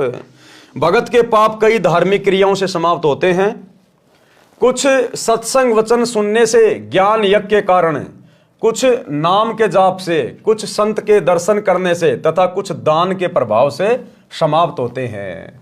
जैसे वस्त्र पहनते हैं, मिट्टी धूल लगने से मैले होते हैं, उनको पानी साबुन से धोया जाता है, इसी प्रकार नित्य कार्य में पाप लगना स्वाभाविक है। इसी प्रकार वस्त्र की तरह सत्संग वचन नाम सुमरण दान व संत दर्शन रूपी साबुन पानी से रोजाना धोने से आत्मा निर्मल रहती है, भक्ति में मन लगा रहता है।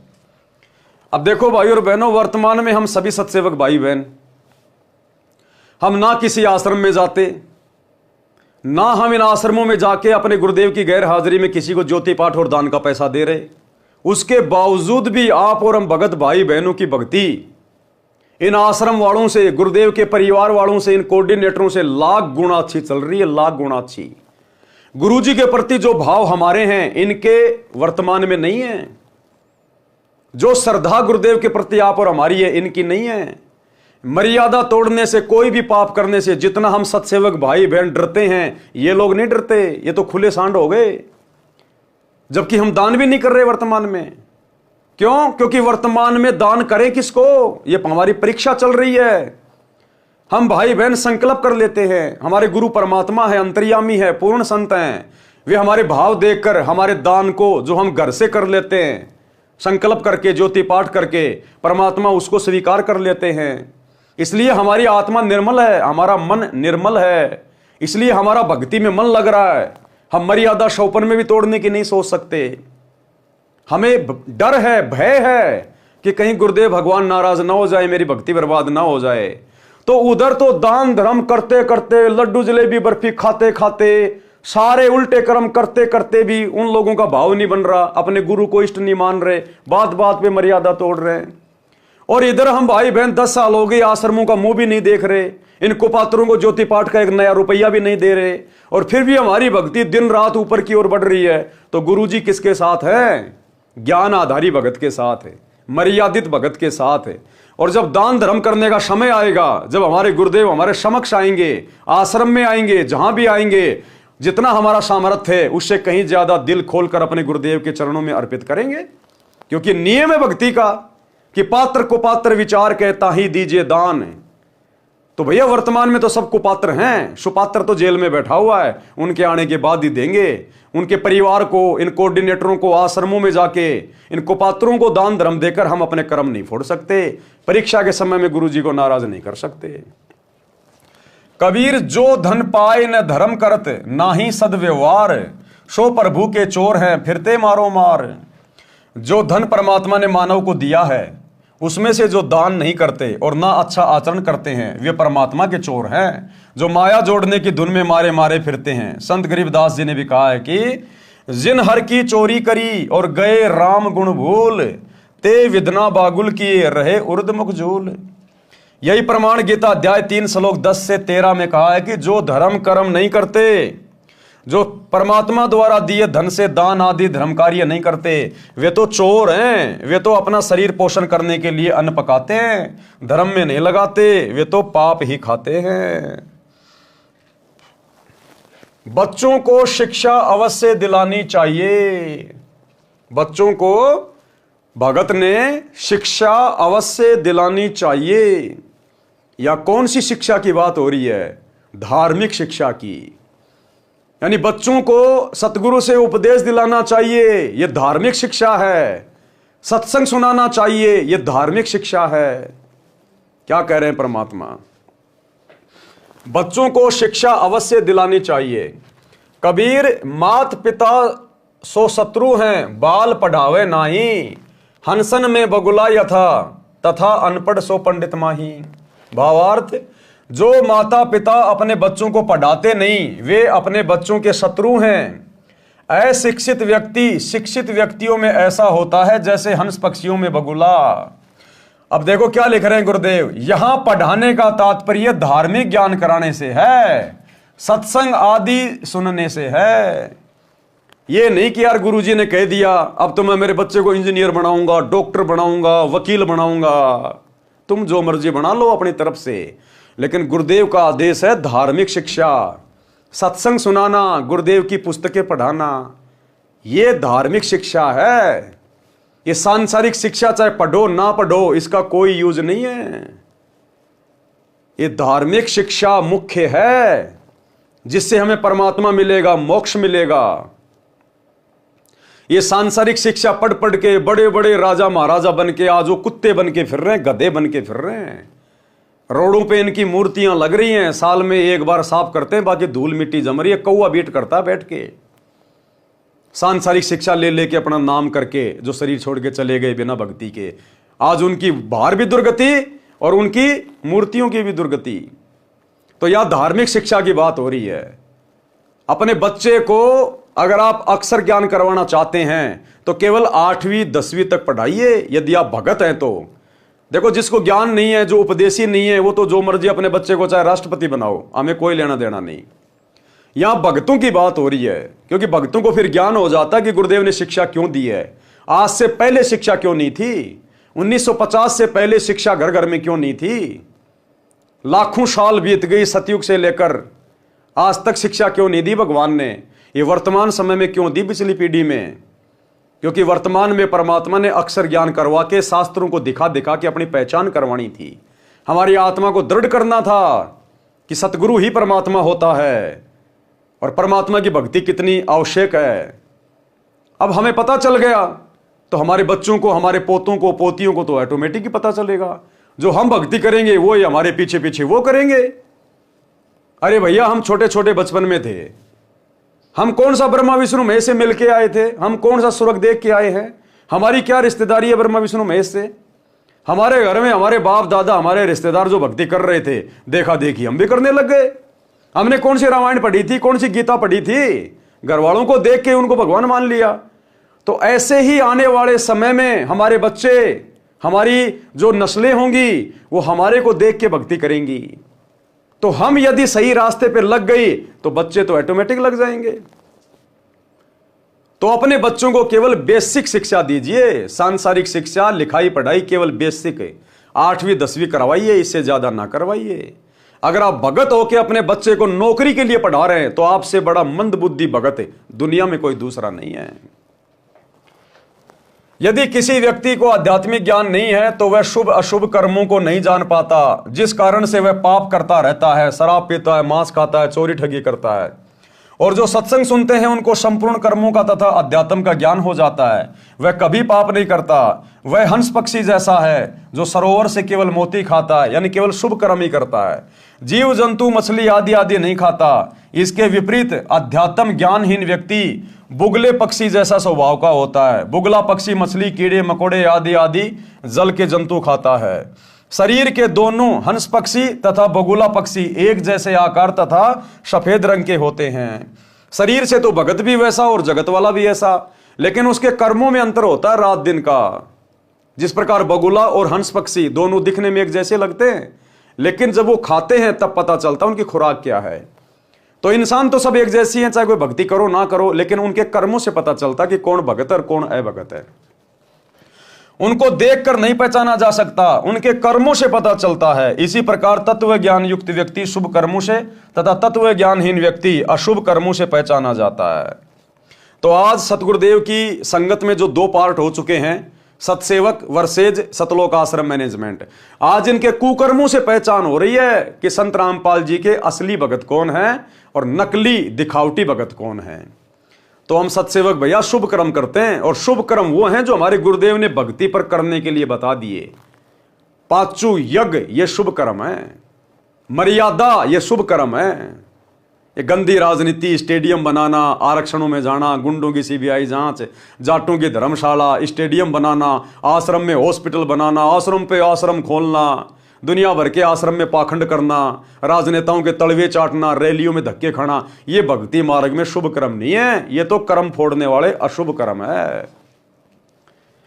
कबीर पहले अपने धर्म को भली भांति सिखलाए, अन्य धर्म की सीख सुन भटकी बाल बुद्धि जाए।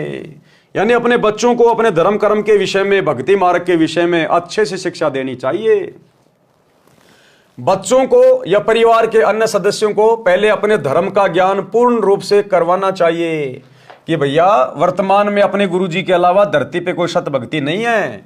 इस भक्ति से ही हम जन्म जन्मांतर का, जन्म मरण का रोग नष्ट करवा सकते हैं, नरक की घोर यातनाएं समाप्त हो सकती हैं, 84 लाख योनियों में गधे कुत्ते सूअर वाले कष्टों से दूर हो सकते हैं, सतलोक में जाकर अखंड सुख भोग सकते हैं, हमारा ये लोक भी सुखी, हमारा परलोक भी सुखी। इसलिए हमने गुरुजी की 3 समय की आरती, सुमरण करना, सत्संग सुनना, 5 यज्ञ करना बहुत जरूरी है। हमने अन्य बच्चों की तरह फालतू में त्योहार मनाना, परंपराओं को निभाना, हमने ये काम नहीं करने। मोबाइल में गेम वगैरह नहीं खेलने, दान धर्म करना चाहिए अपने गुरुजी को, भगत ने मीठा बोलना चाहिए, गाली गलौच नहीं निकालनी चाहिए, है मोबाइल में कोई गेम नहीं खेलना चाहिए, कोई अश्लील कोई फिल्म वगैरह नहीं देखनी चाहिए। तो हमने इस प्रकार से घर के सदस्यों को और अपने बच्चों को सबसे पहले अपने धर्म कर्म के बारे में विशेष तौर पर जानकारी देनी चाहिए, शिक्षा देनी चाहिए। यह है असल में शिक्षा जो आगे चलकर हमारे बच्चों का भविष्य उज्जवल बनाएगी। क्योंकि जिसके साथ परमात्मा हो गया भाई, जो सत भक्ति करेगा तो ऑटोमेटिक परमात्मा उसके साथ होगा, और जब भगवान जिसके साथ है तो फिर राजा भी फैले उसके आगे। तो आने वाले समय में यदि किसी का उज्जवल भविष्य होगा, सुनहरा जीवन होगा, सुखमय जीवन होगा, तो केवल सतगुरु रामपाल जी के मर्यादित भक्तों का होगा। यहां के राजा को भी वो सुख नहीं होंगे जो सुख और मानसिक शांति सतगुरु रामपाल जी के सत भक्तों को होगी। इसलिए गुरुदेव कह रहे हैं बच्चों को या परिवार के अन्य सदस्यों को पहले अपने धर्म का ज्ञान पूर्ण रूप से करवाना चाहिए। जिनको अपने धर्म यानी धार्मिक क्रियाओं का ज्ञान नहीं, वह बालक जैसी बुद्धि का होता है, चाहे 80 साल का क्यों ना हो। यानी जिसको सतगुरु रामपाल जी की सत भक्ति का ज्ञान नहीं, मोक्ष मार्ग का ज्ञान नहीं, वो चाहे देश का राष्ट्रपति है, चाहे 90 साल का है, कितना बड़ा धनपति है, वो बालक बुद्धि का आदमी है, बालक बुद्धि का आदमी। उसने तो अपना मूल धन अपने समाज से बर्बाद कर दी। वे अन्य धर्म पंथ की शिक्षा सुनकर भटक जाते हैं। जिनको अपने धर्म यानी पंथ का संपूर्ण ज्ञान है वह भ्रमित नहीं होता। तो हम सत्सेवकों को भैया अपने 13वें यथार्थ कबीर पंथ का संपूर्ण ज्ञान दे दिया गुरुदेव ने। इसलिए हम राजनीति करके भटके नहीं, हम आरक्षणों में जाके भटके नहीं, हम गुंडों में जाके भटके नहीं, चंदे के रूप में दान का पैसा उनको दे के भटके नहीं, हमने स्टेडियम खुलवा कर भटके नहीं, अयोध्या में भंडारा लगाकर हम भटके नहीं, आश्रमों पे आश्रम खोलकर भटके नहीं, कुपात्रों को ज्योति पाठ और दान का पैसा दे के भटके नहीं, आश्रमों में गुरुदेव के ज्ञान और विधान के खिलाफ हॉस्पिटल खोलकर भटके नहीं। क्यों? क्योंकि हमें गुरुदेव ने धर्म और कर्म का और पंथ का संपूर्ण ज्ञान दे दिया और हमने समझ लिया। इसलिए हम काल के जाल में नहीं फंसे, गुरुदेव के परिवार के चंगुल में नहीं फंसे, हम कोऑर्डिनेटरों के दबाव में नहीं आए, हम लोकलाज में नहीं आए, हमने मर्यादा नहीं तोड़ी, क्योंकि हमारे को अपने धर्म का और पंथ का पूरा ज्ञान गुरुदेव ने दे दिया। जिनको अपने धर्म यानी पंथ का संपूर्ण ज्ञान है वह भ्रमित नहीं होता। धर्म बोध पृष्ठ 182 का सारांश। कबीर, जो कछु धन का लाभ हो शुद्ध कमाई कीन, ता धन के 10वें अंश को अपने गुरु को दीन। 10वां अंश गुरु को दीजिए, अपना जन्म सफल कर लीजिए। भावार्थ, शुद्ध नेक कमाई से जो लाभ होता है उसका 10वां भाग अपने गुरुदेव को दान करना चाहिए। यानी अपनी आमदनी का, आप चाहे नौकरी करते हैं, चाहे मजदूरी करते हैं, चाहे आप खेती बाड़ी करते हैं, अपनी आमदनी का, कौन सी आमदनी? जो आपने नेक तरीके से कमाई है। अब सतगुरु का भगत होगा, जिसको ज्ञान होगा, वो छल कपट तो करेगा नहीं, धोखाधड़ी तो करेगा नहीं। तो जो भी धंधा करेगा ईमानदारी से करेगा, और भक्ति करेगा और ईमानदारी से धंधा करेगा तो परमात्मा उसको सहयोग देगा। तो उस कमाई का 10% भाग अपने गुरुजी के चरणों में समर्पित करना चाहिए। यदि आप रोजाना 100 रुपए कमा रहे हैं, यदि आप रोजाना 100 रुपए कमा रहे हैं, यानी आपको लाभ हो रहा है 100 रुपए का, तो आपने उसका 10वां हिस्सा यानी 100 में से 10 रुपए आपने अपने गुरुजी को दान करने चाहिए। जब भी आप अपने गुरुदेव के पास आश्रम में जाओ, अपने गुरुदेव को उस समय दान करना चाहिए। यानी जो भी धंधा आप कर रहे हैं और उसका जो लाभ होता है, आपका खर्चा पिर्चा काट के जो शुद्ध जो कमाई होती है, उस कमाई के 10वें हिस्से की बात हो रही है। ऐसा नहीं कि आप जी सुबह 1000 रुपए की सब्जी लेके गए और आप जी 500 रुपए उसमें से कमा के और आप जी अपने घर पे जो है 1500 रुपए ले आए, तो आपने जो है वो 1500 रुपए में से 10वां अंश नहीं निकालना, क्योंकि 1000 तो आपके पास थे पहले। आपने उससे कमाया कितना? 1000 रुपए से 500 रुपए। तो 500 रुपए का 10% यानी आपकी जो कमाई है, आपका जो प्रॉफिट है, आपका जो लाभ है, मूलधन को छोड़ के आपका जो लाभ है, उसका 10वां अंश आपने गुरुदेव के चरणों में देना है। यदि आपने खेती बाड़ी की है, आपके घर पर 20 क्विंटल अनाज हो गया, अब अपना सारा खर्चा पिर्चा काट के और आपको जो कमाई हुई है उसका 10% अपने गुरु को दीजिए। आप नौकरी करते हैं, आपकी 20,000 रुपए की सैलरी है, लाख रुपए की सैलरी है, वो आपका प्रॉफिट ही प्रॉफिट है, उसमें कोई मूलधन नहीं है। तो आपने लाख रुपए में से 10वां अंश 10,000 रुपए निकालकर गुरुदेव को देने चाहिए। इस प्रकार से अपनी आमदनी का, नेक कमाई का, अपने प्रॉफिट का 10वां अंश अपने गुरुदेव को दान करना चाहिए। कबीर, जे गुरु निकट निवास करे तो सेवा कर नित्य, जो कछु दूर बसे पल पल ध्यान से हित। यदि गुरुजी का स्थान आपके निवास के निकट है तो प्रतिदिन सेवा के लिए जाइए, यदि दूर है तो उनकी याद पल पल करनी चाहिए। इससे भगत का हित होता है, यानी लाभ प्राप्त होता है।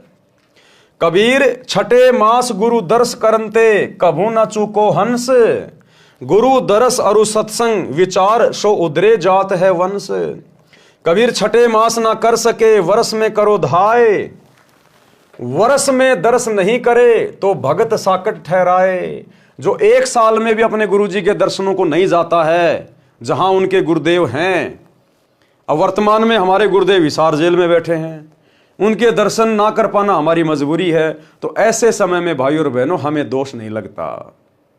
यदि गुरुजी आश्रम में हैं और फिर भी यदि हम साल में 1 बार भी गुरुजी के दर्शन करने नहीं जा रहे हैं, तो फिर हम साकट हैं, हम भक्ति नहीं चाहते। और वैसे आप चाहे रोज जाओ, अगर गुरुदेव के आसपास रहते हो 2, 4, 5 किलोमीटर में, तो चाहे रोजाना गुरुदेव के दर्शन करने चाहिए। रोजाना नहीं कर सको तो सप्ताह में 1 बार जरूर दर्शन के लिए जाइए। और भी थोड़े दूर हैं तो 15 दिन में जरूर दर्शन करने जाइए। 15 दिन में भी नहीं कर सकते हैं, थोड़ा और दूर रहते हैं, तो महीने में तो चूकना नहीं चाहिए। अगर महीने में भी किसी कारण से दर्शन नहीं कर पा रहे हैं तो 3 महीने में, 3 महीना भी नहीं तो कम से कम 6 महीने में तो जाना ही जाना चाहिए। मान लीजिए कोई ज्यादा ही दूर है, ज्यादा ही दिक्कत है, छुट्टी वाटी नहीं मिल रही, 100 कारण बन रहे हैं, तो गुरुदेव कह रहे हैं बेटा साल में 1 बार तो चूक मत जाना। चाहे तू जापान में रहता है, चाहे तू चांद पे रहता है, भक्ति नियम कहता है साल में 1 बार तेरे को आना पड़ेगा अपने गुरुजी के पास, जहां तेरे गुरु आश्रम में बैठे हैं, जहां भी बैठे हैं, साल में 1 बार तो आना पड़ेगा। नहीं तो फिर तू भक्ति चाहता ही नहीं, फिर तू ड्रामेबाजी कर रहा है। अब वर्तमान में गुरुदेव हिसार जेल में बैठे हैं, हमारी मजबूरी है। तो ऐसे में हमें दोष नहीं लगता, चाहे 10 साल क्यों ना लग जाए।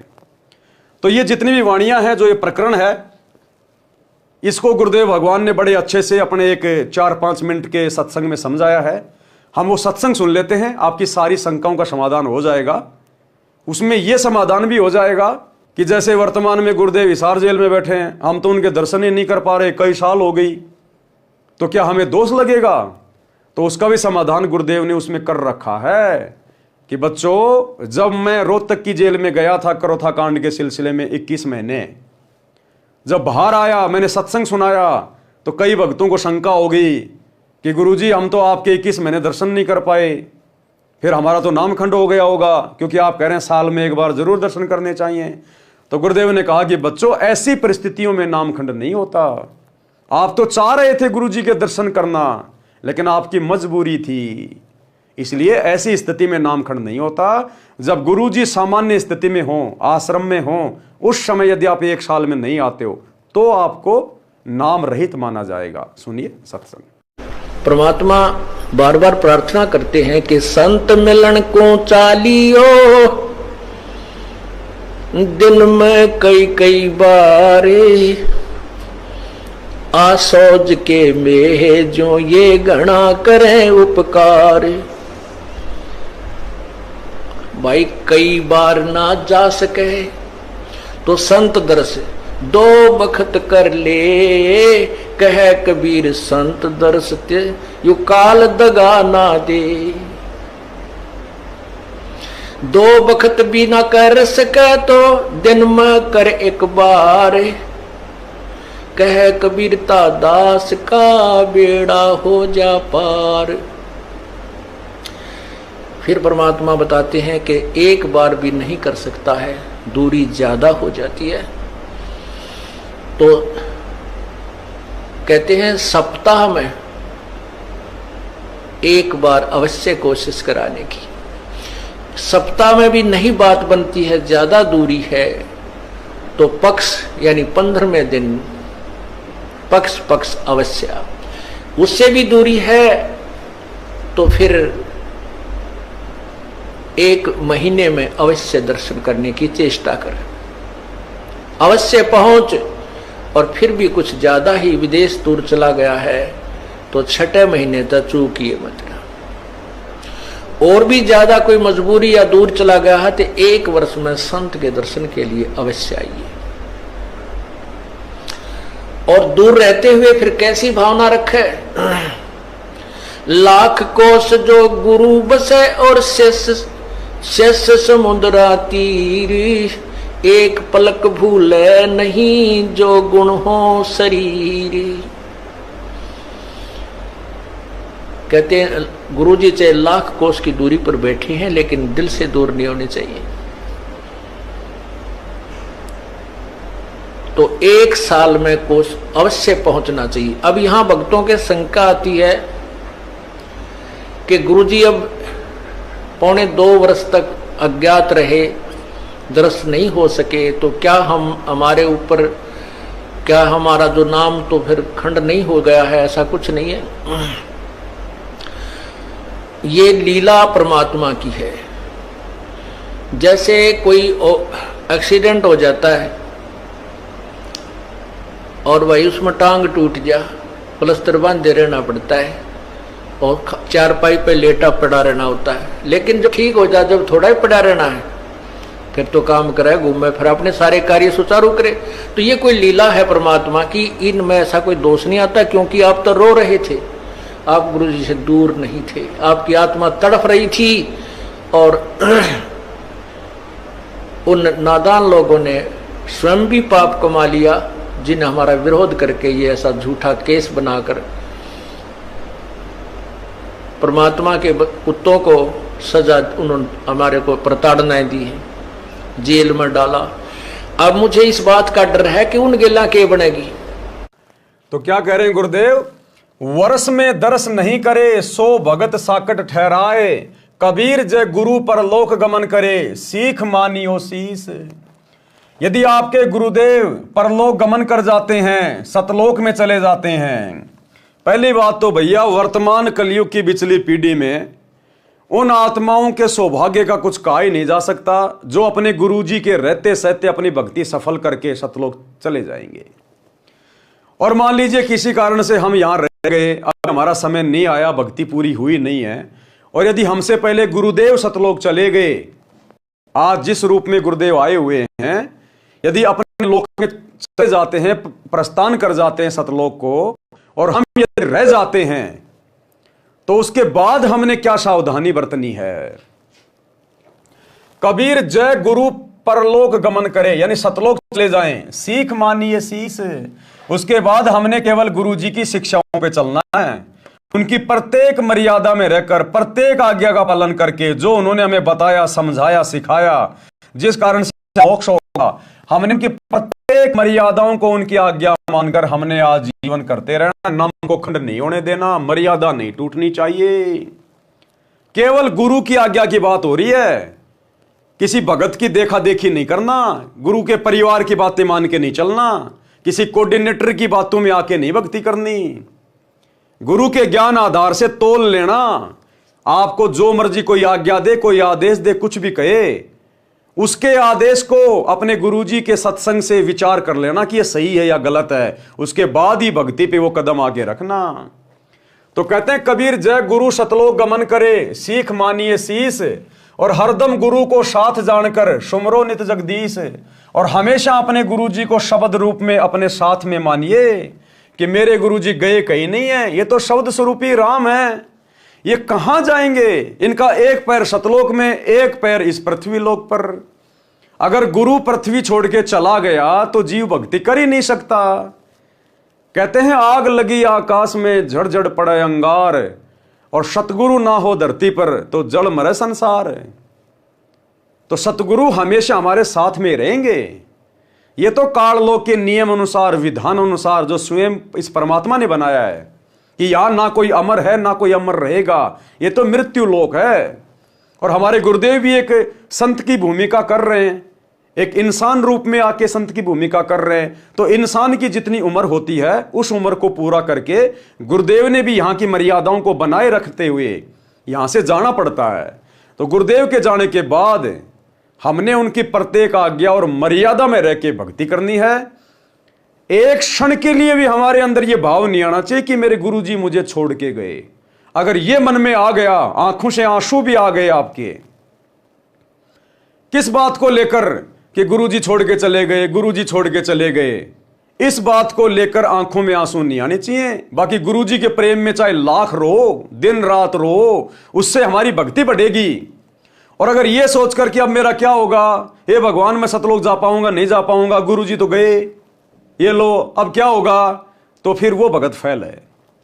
और बाकी जब गुरुजी सतलोक जा रहे हैं तो उनके प्यार में रहो, उनसे प्रार्थना करो कि हे गुरुदेव भगवान अपने दास के ऊपर दया करना, मेहन करना मालिक, हे बंदी छोड़ मेरे घर पर, मेरे घट में शब्द रूप में सदा विराजमान रहना गुरुदेव, मुझे आशीर्वाद देना, मुझे हिम्मत देना गुरुदेव कि मैं शौपन में भी कभी आपकी मर्यादा ना तोड़ूं।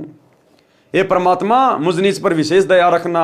यह कहकर प्रार्थना करते हुए रोइए आप, चाहे गुरुदेव के जाते समय रोइए, उनके बाद में रोइए, आज रोइए, अभी रोइए, कोई दिक्कत नहीं, वो रोना हमारे हित में, हमारे फायदे में। लेकिन मन में यह सोचकर कि लो जी गुरुजी तो गए अब मेरा क्या होगा, फिर वो भगत फैल है, क्योंकि वो फिर ज्ञान आधारी नहीं है। तो क्या कह रहे हैं कि हमेशा अपने गुरुदेव को सतलोक गमन के बाद शब्द रूप में अपने साथ में समझना चाहिए। भाई और बहनों, ये बहुत विशेष पॉइंट है। और जिस दिन गुरुदेव भगवान यहां से गमन करेंगे वो हमारी एक और परीक्षा होगी कि कितने भक्तों के मन में कच्चापन आएगा कि लो जी गुरुजी तो गए, अब तो हो गया हमारा मोक्ष। गुरुदेव के जाने के बाद तो भक्तों ने और ज्यादा दृढ़ हो जाना चाहिए कि भैया सतगुरु धरती से प्रस्थान कर गए, अब यदि मर्यादा टूट गई तो कोई नाम शुद्धिकरण काम नहीं करेगा। अब ये ड्रामेबाजी नहीं चलेगी, नाम टूट गया शुद्ध करवा लो, टूट गया शुद्ध करवा लो। अभी तक तो शुद्ध करने वाला धरती पे था, अब सतगुरु चले गए, अब तेरा नाम कहीं शुद्ध नहीं होने वाला अगर मर्यादा तोड़ दी तो उस भगत ने तो मरना मंजूर, लेकिन मर्यादा नहीं टूटने देनी है। तब कहीं जाकर सतगुरु उसका हाथ पकड़ के सतलोक में लेगा। अन्यथा सतगुरु के सतलोक जाने के बाद यदि आप मर्यादा तोड़ते रहे, भक्ति को हल्के में लेते रहे, आपका इस कलयुग की बिजली पीढ़ी में मोक्ष नहीं है। फिर हजारों साल केवल सतगुरु का ज्ञान चलेगा, भक्ति चलेगी, सतयुग जैसा माहौल होगा। अगर मर्यादा तोड़ दी फिर मोक्ष नहीं होगा। इसलिए सतगुरु के सतलोक गमन के बाद तो भगत ने चौतरफा सावधान होकर भक्ति करनी चाहिए और सदा शब्द रूप में गुरु जी को अपने साथ में मानना चाहिए कि मेरे गुरु कहीं नहीं गए, मेरे गुरु मेरे साथ शब्द रूप में। और गुरु को शब्द रूप में वही मानेगा जो साध संगति से जुड़ा होगा, जो गुरु को इष्ट मान चुका होगा। क्योंकि आज 10 साल से हमारे गुरुदेव हिसार जेल में बैठे हैं, हम उनको हिसार जेल में नहीं देख रहे। हमने तो गुरु का घर घर में आसन लगा दिया, बेड लगा दिया, रोजाना भोग लगा रहे हैं अपने बाप को, रोजाना उनकी चरण सेवा कर रहे हैं। हम अपने गुरुजी को अपने से दूर कहीं नहीं देखते। तभी तो मर्यादा में है कि हमारा बाप पल पल देख रहा है, घर में बैठा हुआ है। घर में ऊंची आवाज में भी बात नहीं करते, लड़ाई झगड़ा भी नहीं करते बिल्कुल भी, कि पिताजी बैठे हुए हैं। तो इस भाव से तो जब हमने आज ही इस परीक्षा के समय में जैसा गुरु चाहता है, आज ही हमने अपने गुरु को शब्द रूप में मान रखा कि घट ही में गंगा, घट ही में जमुना और घट ही में है जगदीश। जगदीश कौन? हमारे गुरु जी। हम तो आज ही उनको शब्द रूप में मान के भक्ति कर रहे हैं, तभी तो हम मर्यादा नहीं तोड़ रहे, तभी तो हम इन फर्जी आश्रमों में नहीं जाते। आज गुरु जी की गैर हाजिरी में किसी कुपात्र को ज्योति पाठ और दान का पैसा नहीं देते, राजनेताओं की रैलियों में धक्के नहीं खा रहे, गुंडों की सीबीआई जांच का समर्थन नहीं कर रहे, हम किसी की धर्मशाला नहीं बनवा रहे, लड्डू जलेबी बर्फी के चक्कर में आश्रमों में अपने पैर तोड़ने नहीं जाते हम गुरु की गैर हाजिरी में। क्यों? क्योंकि हमें विश्वास है कि गुरु तो मेरे घर पे बैठा है, फिर मैं कहां धक्के खाऊं। अरे मेरा घर आश्रम है, जिसका घर शमशान घाट है वो जाओ उन फर्जी आश्रमों में, जिनका गुरु शब्द रूप में घर नहीं बैठा है वो जाओ उन आश्रमों में, ये सोचकर कि गुरु जी को तो आश्रम में बांध रखा है, वही जाके मिलेंगे गुरु जी। तो हमने तो आज ही गुरु जी को शब्द रूप में मानकर अपने आध्यात्मिक क्रियाएं शुरू कर रखी हैं। इसलिए गुरुदेव के सतलोक गमन के बाद हम सत्सेवकों पे कोई फर्क नहीं पड़ेगा, चाहे गुरु जी सतलोक में रहो चाहे धरती पे रहो। हमें तो पता है कि हमारा बाप शब्द स्वरूपी राम है। अरे हम आज अपने गुरु जी को हाड़मास का थोड़ी मान रहे हैं, हम तो शब्द रूप में मान रहे हैं, तभी तो हम उनका सतगुरु प्रकट दिवस मना रहे हैं। हम गुरु जी का जन्मदिन नहीं मनाते, गुरु के अलावा किसी और को परमात्मा मान के, उस कागज के कबीर को, नकली कबीर को, जून के महीने में कबीर प्रकट दिवस नहीं मनाते। प्रकट केवल एक ही होता है और वो वर्तमान में हो चुका है, सतगुरु रामपाल जी। तो हम तो अपने गुरु जी का प्रकट दिवस मना रहे हैं, हम तो शब्द रूप में मान रहे हैं। गरीब ऐसा सतगुरु हम मिल्या, तेज पुंज के अंग, झिलमिल नूर जहूर है, नर रूप श्वेत रंग। तो हम आज कहां मान रहे हैं कि हमारे गुरु जी हाड़मास में है? हम तो आज भी उनको शब्द स्वरूपी मान रहे हैं। हम तो रोज नित्य नियम कर रहे हैं कि हमारे गुरु जी का शरीर है नहीं, ये दिखाई देने वाला शरीर हाड़मास का नहीं है, नूरी है, तेज पुंज का है। तभी तो हम उनका प्रकट दिवस मना रहे हैं, क्योंकि जो प्रकट होता है उसका हाड़मास का शरीर नहीं होता। जो अपने गुरु को मां के गर्भ से जन्म लिया हुआ मानेगा वो सतगुरु का कभी प्रकट दिवस नहीं मनाएगा।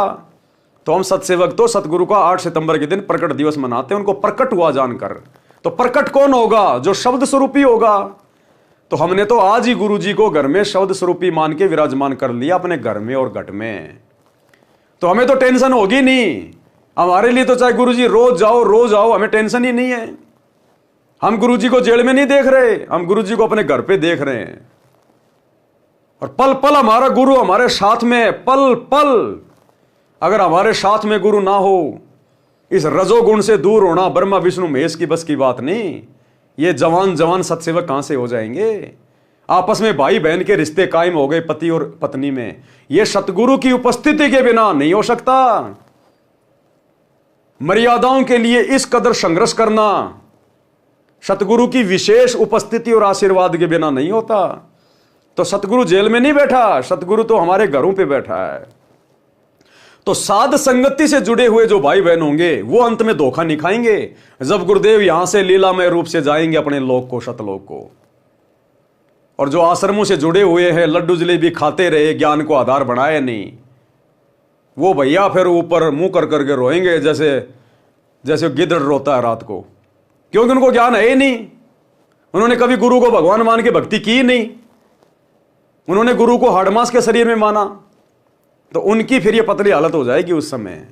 तो कहते हैं सतगुरु के सतलोक गमन के बाद उनको शब्द रूप में सदा अपने पास रखना चाहिए, मानना चाहिए।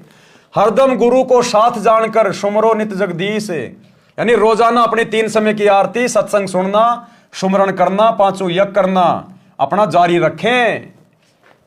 कबीर गुरु मरा मत जानियो, वस्त्र त्याग्या स्थूल, कि भगत ने अपने गुरुजी को मरा हुआ नहीं समझना चाहिए।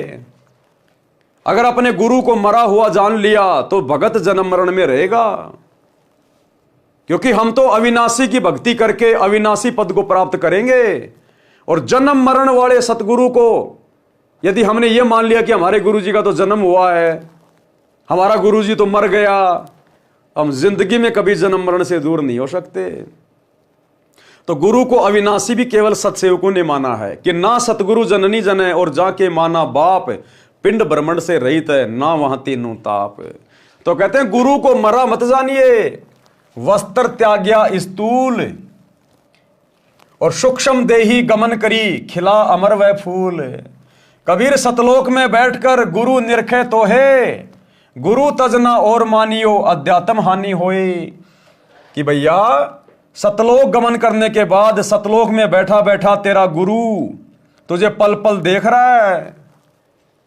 क्या कह रहे हैं कबीर, सतलोक में बैठकर गुरु निरखे तो है। अगर गुरु एक जीव है, गुरु अगर उस कबीर का भेजा हुआ दास है, तो सतलोक में जाकर बैठकर हमारे को क्या देखेगा? वो क्या देखेगा? वहां से तो परमात्मा देखता है, कबीर भगवान देखता है, सतगुरु क्या देखेगा अगर एक जीव है तो कहते हैं कबीर सतलोक में बैठकर गुरु निरखे तो है। तो सतलोक में बैठकर पल पल हमारे को देखने वाला जीव नहीं हो सकता, अर्थात हमारा गुरु स्वयं कबीर भगवान है, कबीर परमात्मा है जो सतगुरु रूप में आए हुए हैं। तो कहते हैं तेरा गुरु तुझे पल पल देख रहा होगा। कोई भी भक्ति क्रिया भंग मत कर देना, मन में दोष पैदा मत कर लेना, भक्ति को हल्के में मत ले लेना। तेरा गुरु तुझे पल पल देखेगा, वहां से पल पल। गुरु तज और ना मानियो अध्यात्म हानि होए। गुरु की शिक्षाओं के अलावा किसी और के चक्कर में आके भक्ति बर्बाद मत कर लेना कि लो जी गुरुजी तो सतलोक चले गए, अब तो गुरुजी के बेटा बेटी की माननी पड़ेगी, गुरुजी की पत्नी की माननी पड़ेगी, गुरुजी के भाई की माननी पड़ेगी, और ये भगत तो गुरुजी के साथ रहता था, इस भगत की माननी पड़ेगी। गुरु के अलावा सब जीव के जीव जो गुरुजी आज्ञा दे गए, जो गुरुजी संगत में सार्वजनिक घोषणा करके चले गए कि बच्चों आगे से आपने ये करना है, ऐसा करना है, यदि किसी को उत्तराधिकारी बना के चले गए और सार्वजनिक तौर पर गुरुजी ऐलान करके जाते हैं, तो हमने केवल उसी का अनुसरण करना है। जिसको गुरुजी अपना उत्तराधिकारी नियुक्त करके जाएंगे अपने मिशन को आगे चलाने के लिए, उसी अनुसार हमने आगे चलना है। और यदि वो गुरु के द्वारा उत्तराधिकारी नियुक्त किया गया व्यक्ति कोई गलती करता है, उसी दिन हमने उस व्यक्ति से कनेक्शन काट लेना है। कनेक्शन गुरुजी की भक्ति से जोड़ के रखना है, गुरुजी की मर्यादाओं से जोड़ के रखना है, सत्संगों से जोड़ के रखना है, सुमरण से जोड़ के रखना है। यह नहीं कि गुरुजी अगर किसी को उत्तराधिकारी घोषित कर गए और वो जो मर्जी हमसे कुकर्म कराओ तो हम उसकी हर बात मानेंगे। केवल वही बात मानेंगे, चाहे कोई अधिकारी हो चाहे कोई अधिकारी ना हो। जो भक्ति मार्ग में बातें गुरुजी के ज्ञान और विधान के अनुसार होंगी, सत्संगों के अनुसार होंगी, हम उन्हीं बातों को फॉलो करेंगे, चाहे गुरुजी 20 भक्तों को अधिकारी क्यों ना बना जाएं।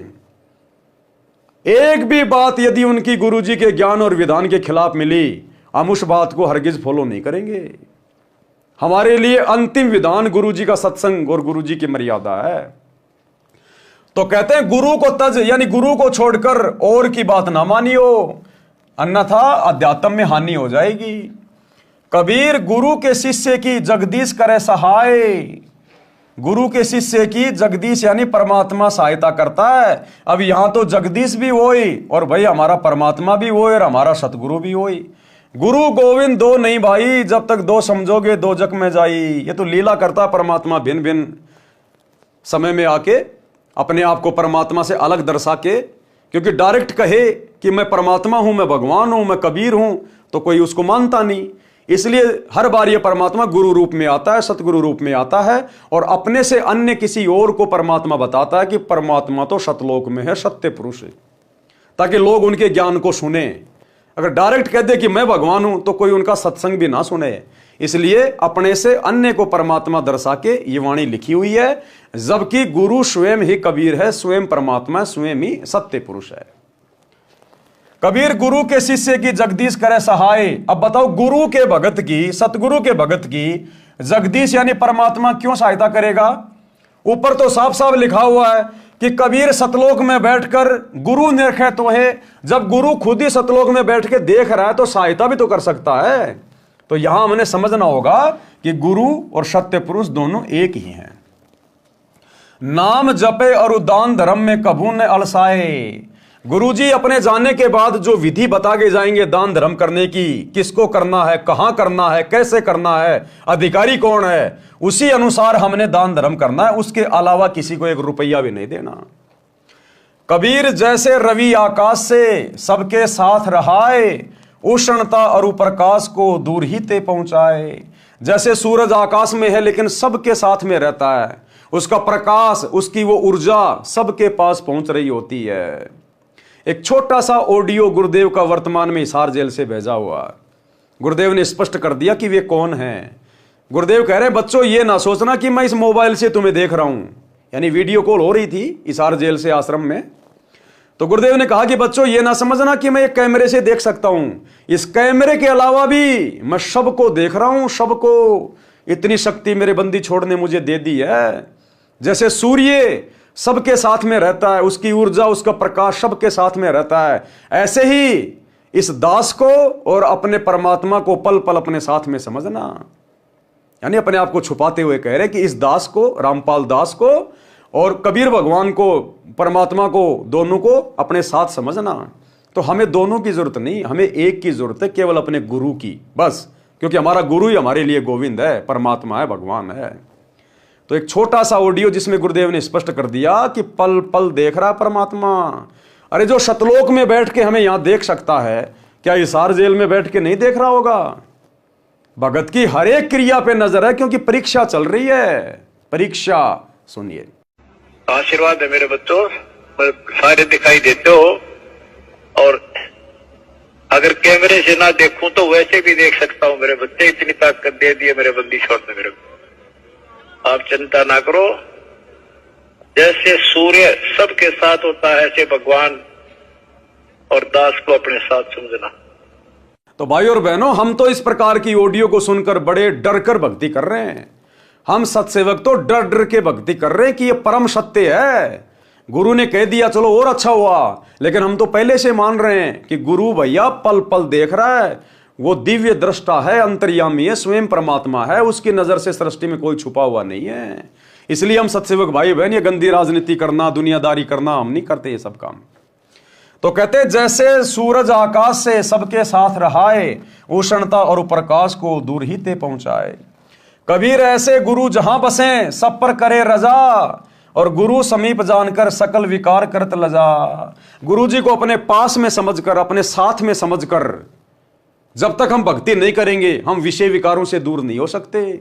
हमारे ऊपर उनके आशीर्वाद की रजा नहीं हो सकती। एक वाणी में गुरुदेव कहते हैं कि क्या मुख ले विनती करूं और लाज आवती मोए, और तुम देखत अवगुण करूं मैं कैसे भाऊं तोए। कि हे परमात्मा, मैं कौन से मुंह से, मैं अवगुणी इंसान, विषय विकारों में रत इंसान, मैं किस मुंह से आपसे प्रार्थना करूं, विनती करूं, अरदास करूं। मुझे तो शर्म आ रही है। और तुम देखत अवगुण करूं, आप सब कुछ देखने वाले हो, सब कुछ जानने वाले हो, अंतर्यामी हो, फिर भी मैं अवगुण कर रहा हूं। कहते मैं आपके हृदय में कैसे समाऊंगा, कैसे भाऊं तोए। तो इसी प्रकार भाई और बहनों, अपने सतगुरु को हमने अंतर्यामी मानना है, दिव्य दृष्टा मानना है, हमारे घट में बैठा हुआ परमात्मा है। जीता दास जी ने अपने सतगुरु गीसा दास जी के लिए कहा कि मेरे पर्दे के महल में पिया जी, और तुमसे कैसे छुपा लूं जिया जी।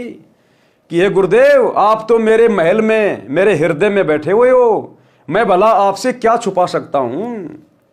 तो हमने अपने गुरुदेव को अंतर्यामी मानकर और सदा अपने पास में मानकर, अपने अंग संग मानकर कि गुरु शब्द रूप में मेरे साथ में है, तभी तो मैं भक्ति कर पा रहा हूं, और गुरु मेरी प्रत्येक क्रिया पे नजर बना के रखे हुए। तो भगत ने इस प्रकार डर कर भक्ति करनी चाहिए। एक कदम भी भक्ति मार्ग से, मर्यादाओं से बाहर नहीं हटाना चाहिए। जिस प्रकार आप किसी सोने चांदी की दुकान में बैठे हैं और वहां पर चारों कोने में 4 सीसीटीवी कैमरे लग रहे हैं और आपने देख लिया, आप वहां से एक छोटा सा नाक में पहनने वाला सोने का आभूषण भी नहीं उठा सकते, क्योंकि आपको पता है कि मुझे पल पल देखा जा रहा है, सीसीटीवी कैमरे लग रहे हैं। तो इसी प्रकार अपने गुरुदेव को पल पल सीसीटीवी कैमरे के रूप में, कि इस परमात्मा का कैमरा तो असंख्य ब्रह्मांडों के पार देख लेता है, अंधेरे से अंधेरे में, भंवर गुफा में भी देख लेता है। इससे मैं अपने अवगुण कैसे छुपा पाऊंगा? मुझे अंत में शरीर छोड़ के उसी के पास जाना है, मैं क्या मुंह दिखाऊंगा?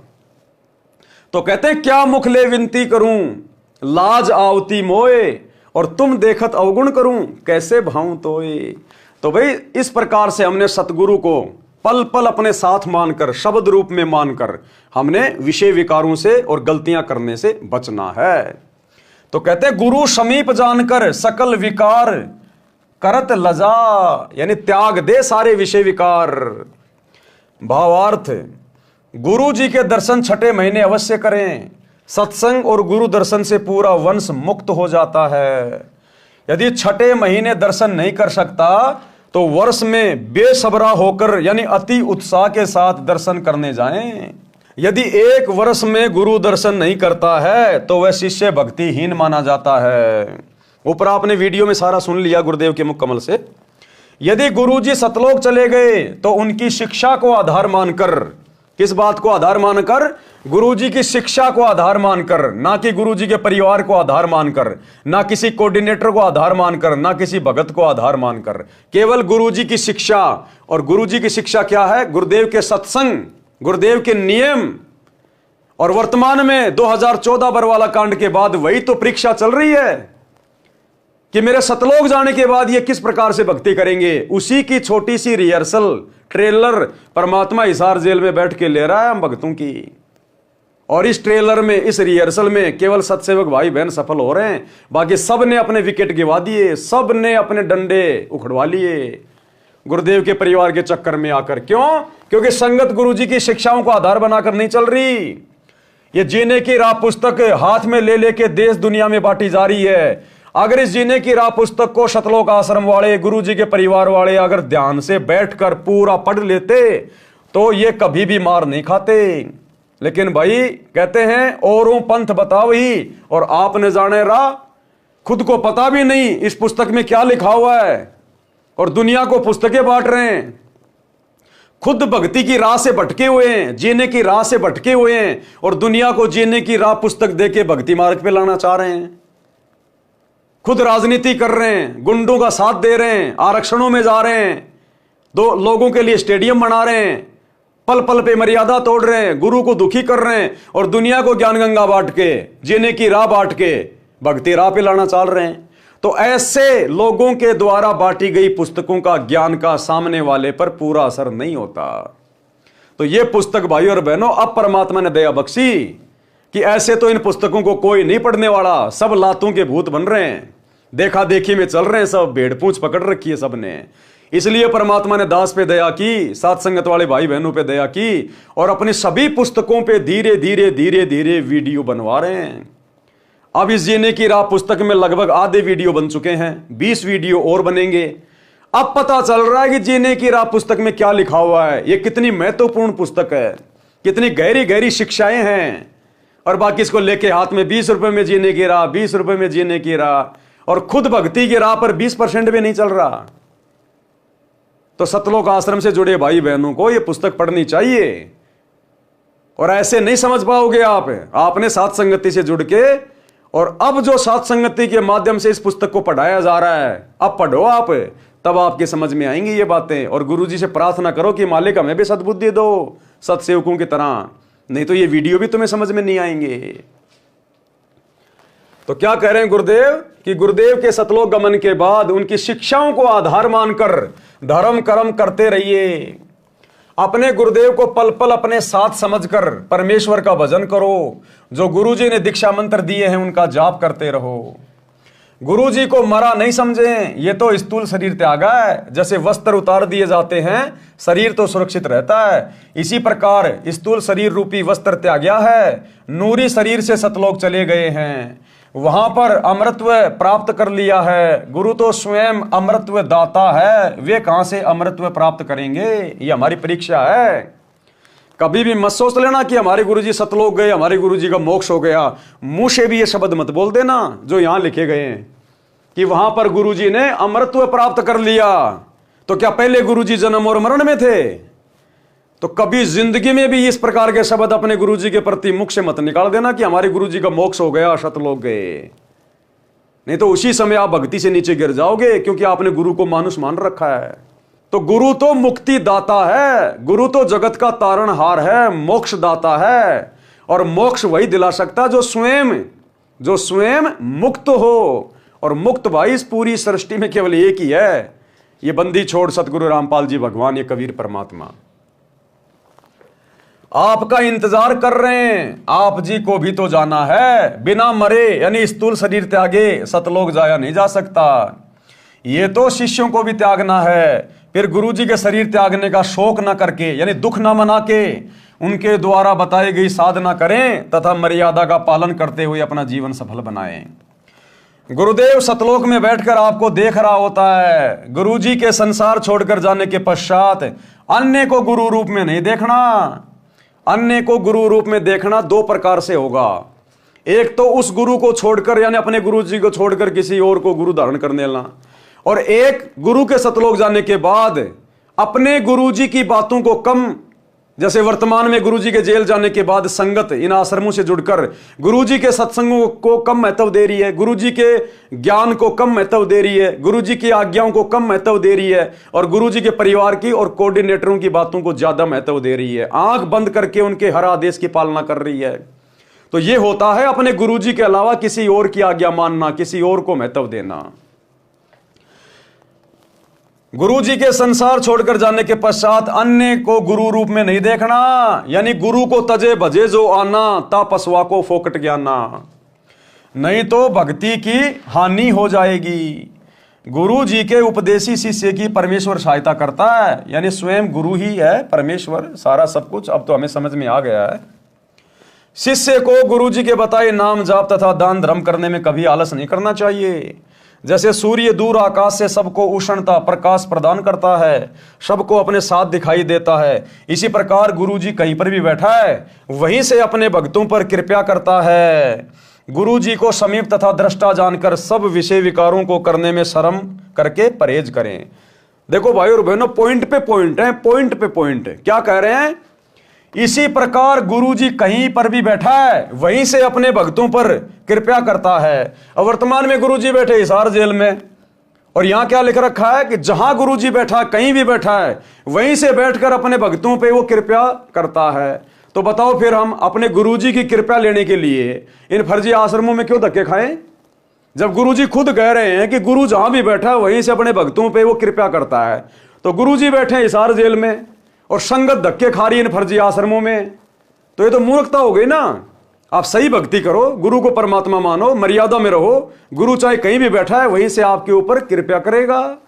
तो इसलिए हम सत्सेवक गुरु की गैर हाजिरी में इन फर्जी आश्रमों में कहीं धक्के नहीं खाते। इसी प्रकार गुरु कहीं भी बैठा है वहीं से अपने भक्तों पर कृपा करता है। गुरु जी को समीप तथा दृष्टा जानकर सब विषय विकारों को करने में शर्म करके परहेज करें। धर्म बोध पृष्ठ 183 का सारांश। कबीर कहते जनकादिक गृही जो नित धर्म परवीन, पायो शुभ गति आप ही और अनहु मति दीन। राजा जनक जैसे गृहस्थी अपने धर्म के विद्वान थे, यानी मानव कर्म के ज्ञानी थे, जिस कारण से स्वयं भी शुभ गति प्राप्त की यानी स्वर्ग प्राप्त किया तथा औरों को भी स्वर्ग प्राप्ति का मार्ग बताया।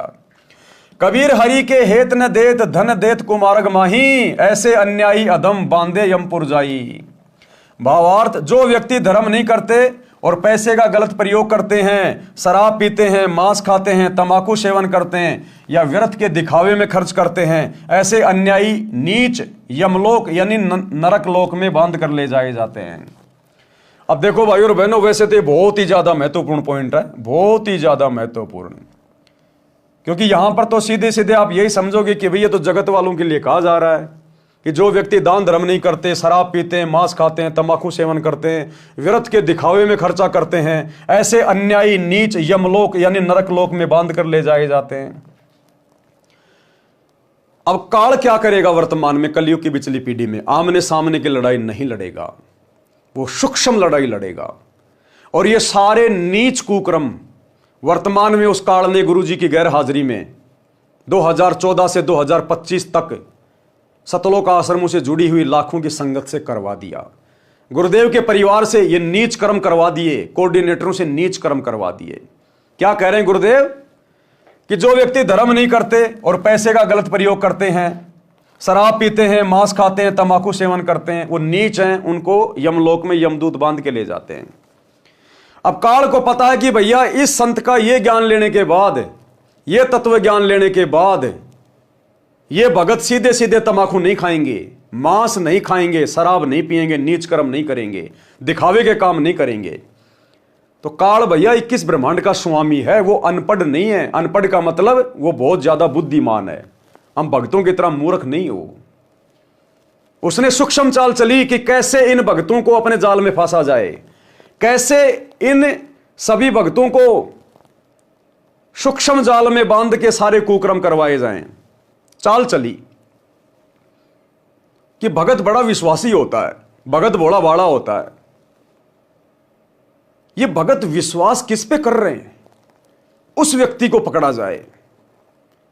क्योंकि गुरुजी ने तो बताया कि भक्ति मार्ग में ब्लाइंड फेथ, अंधविश्वास करना होता है, और अंधविश्वास करना होता है अपने गुरु के ऊपर, अपने गुरु के ज्ञान के ऊपर।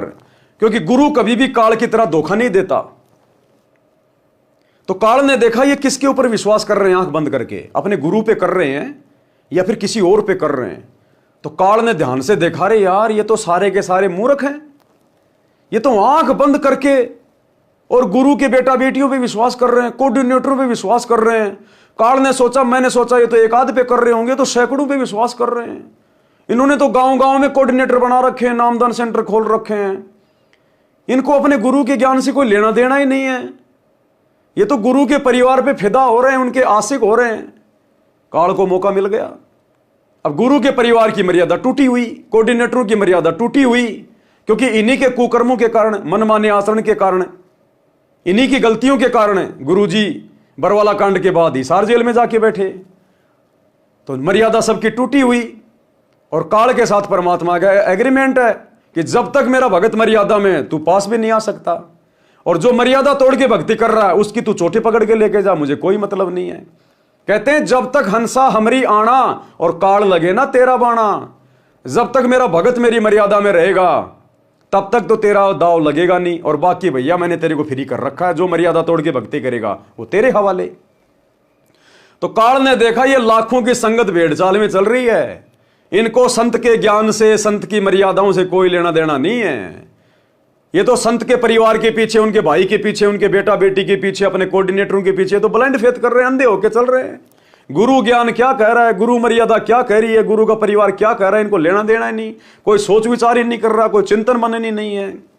तो काल ने चोटी पकड़ ली गुरु जी के परिवार की और कोऑर्डिनेटरों की और बैठ गया सिर पे, जैसे राजा परीक्षित के सिर पे उसके मुकुट में बैठ गया।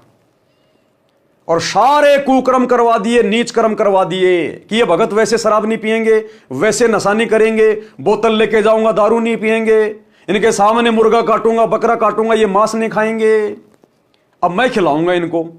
सूक्ष्म चाल चली। आया हरियाणा का जाट आरक्षण। काल को पता था ये तो गुरु के परिवार पे विश्वास करते हैं आंख बंद करके, ये तो मूर्ख हैं।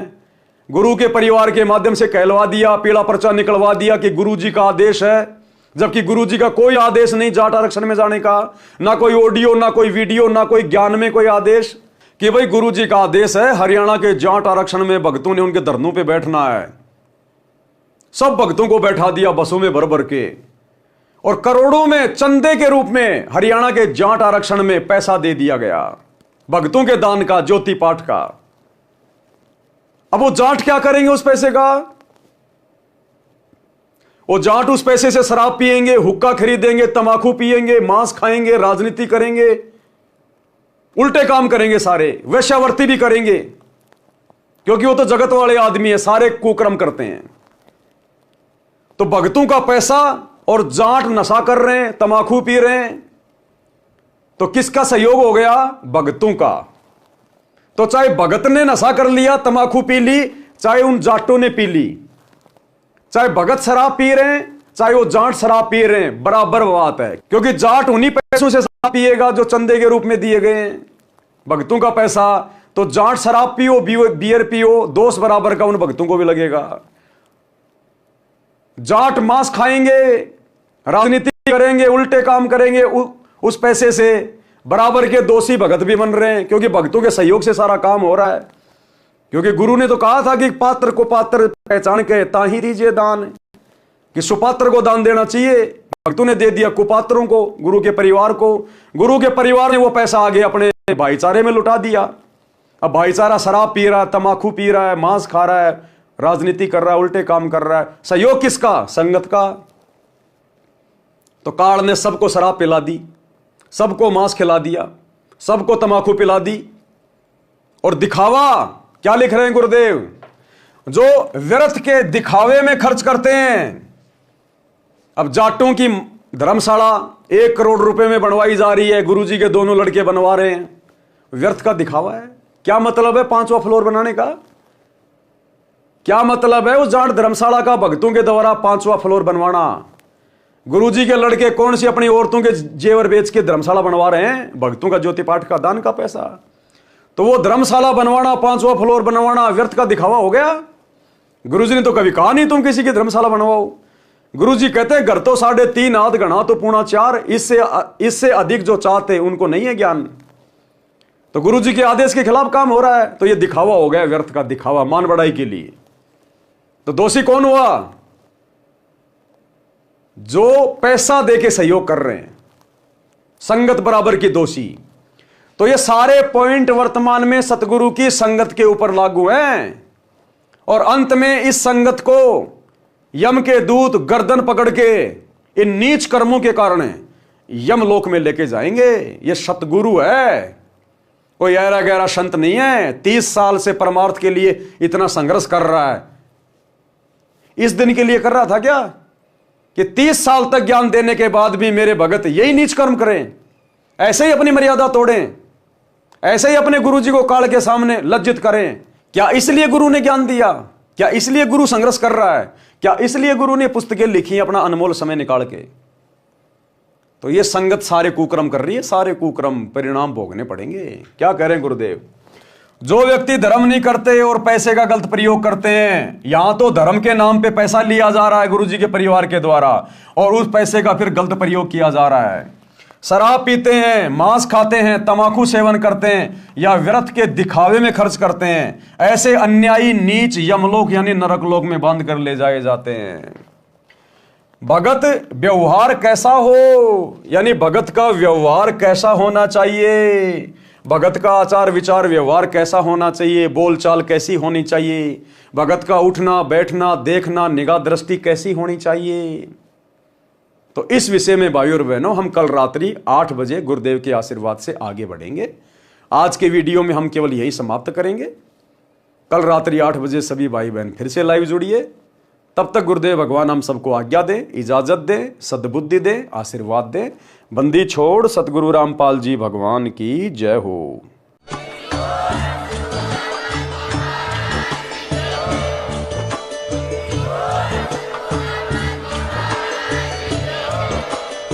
भाई जो गुरु बचन पे डट गे, कट गे फंद 84 के, कट गे फंद 84 के, कट गे फंद 84 के। भाई जो गुरु बचन पे डट गे, कट गे फंद 84 के, कट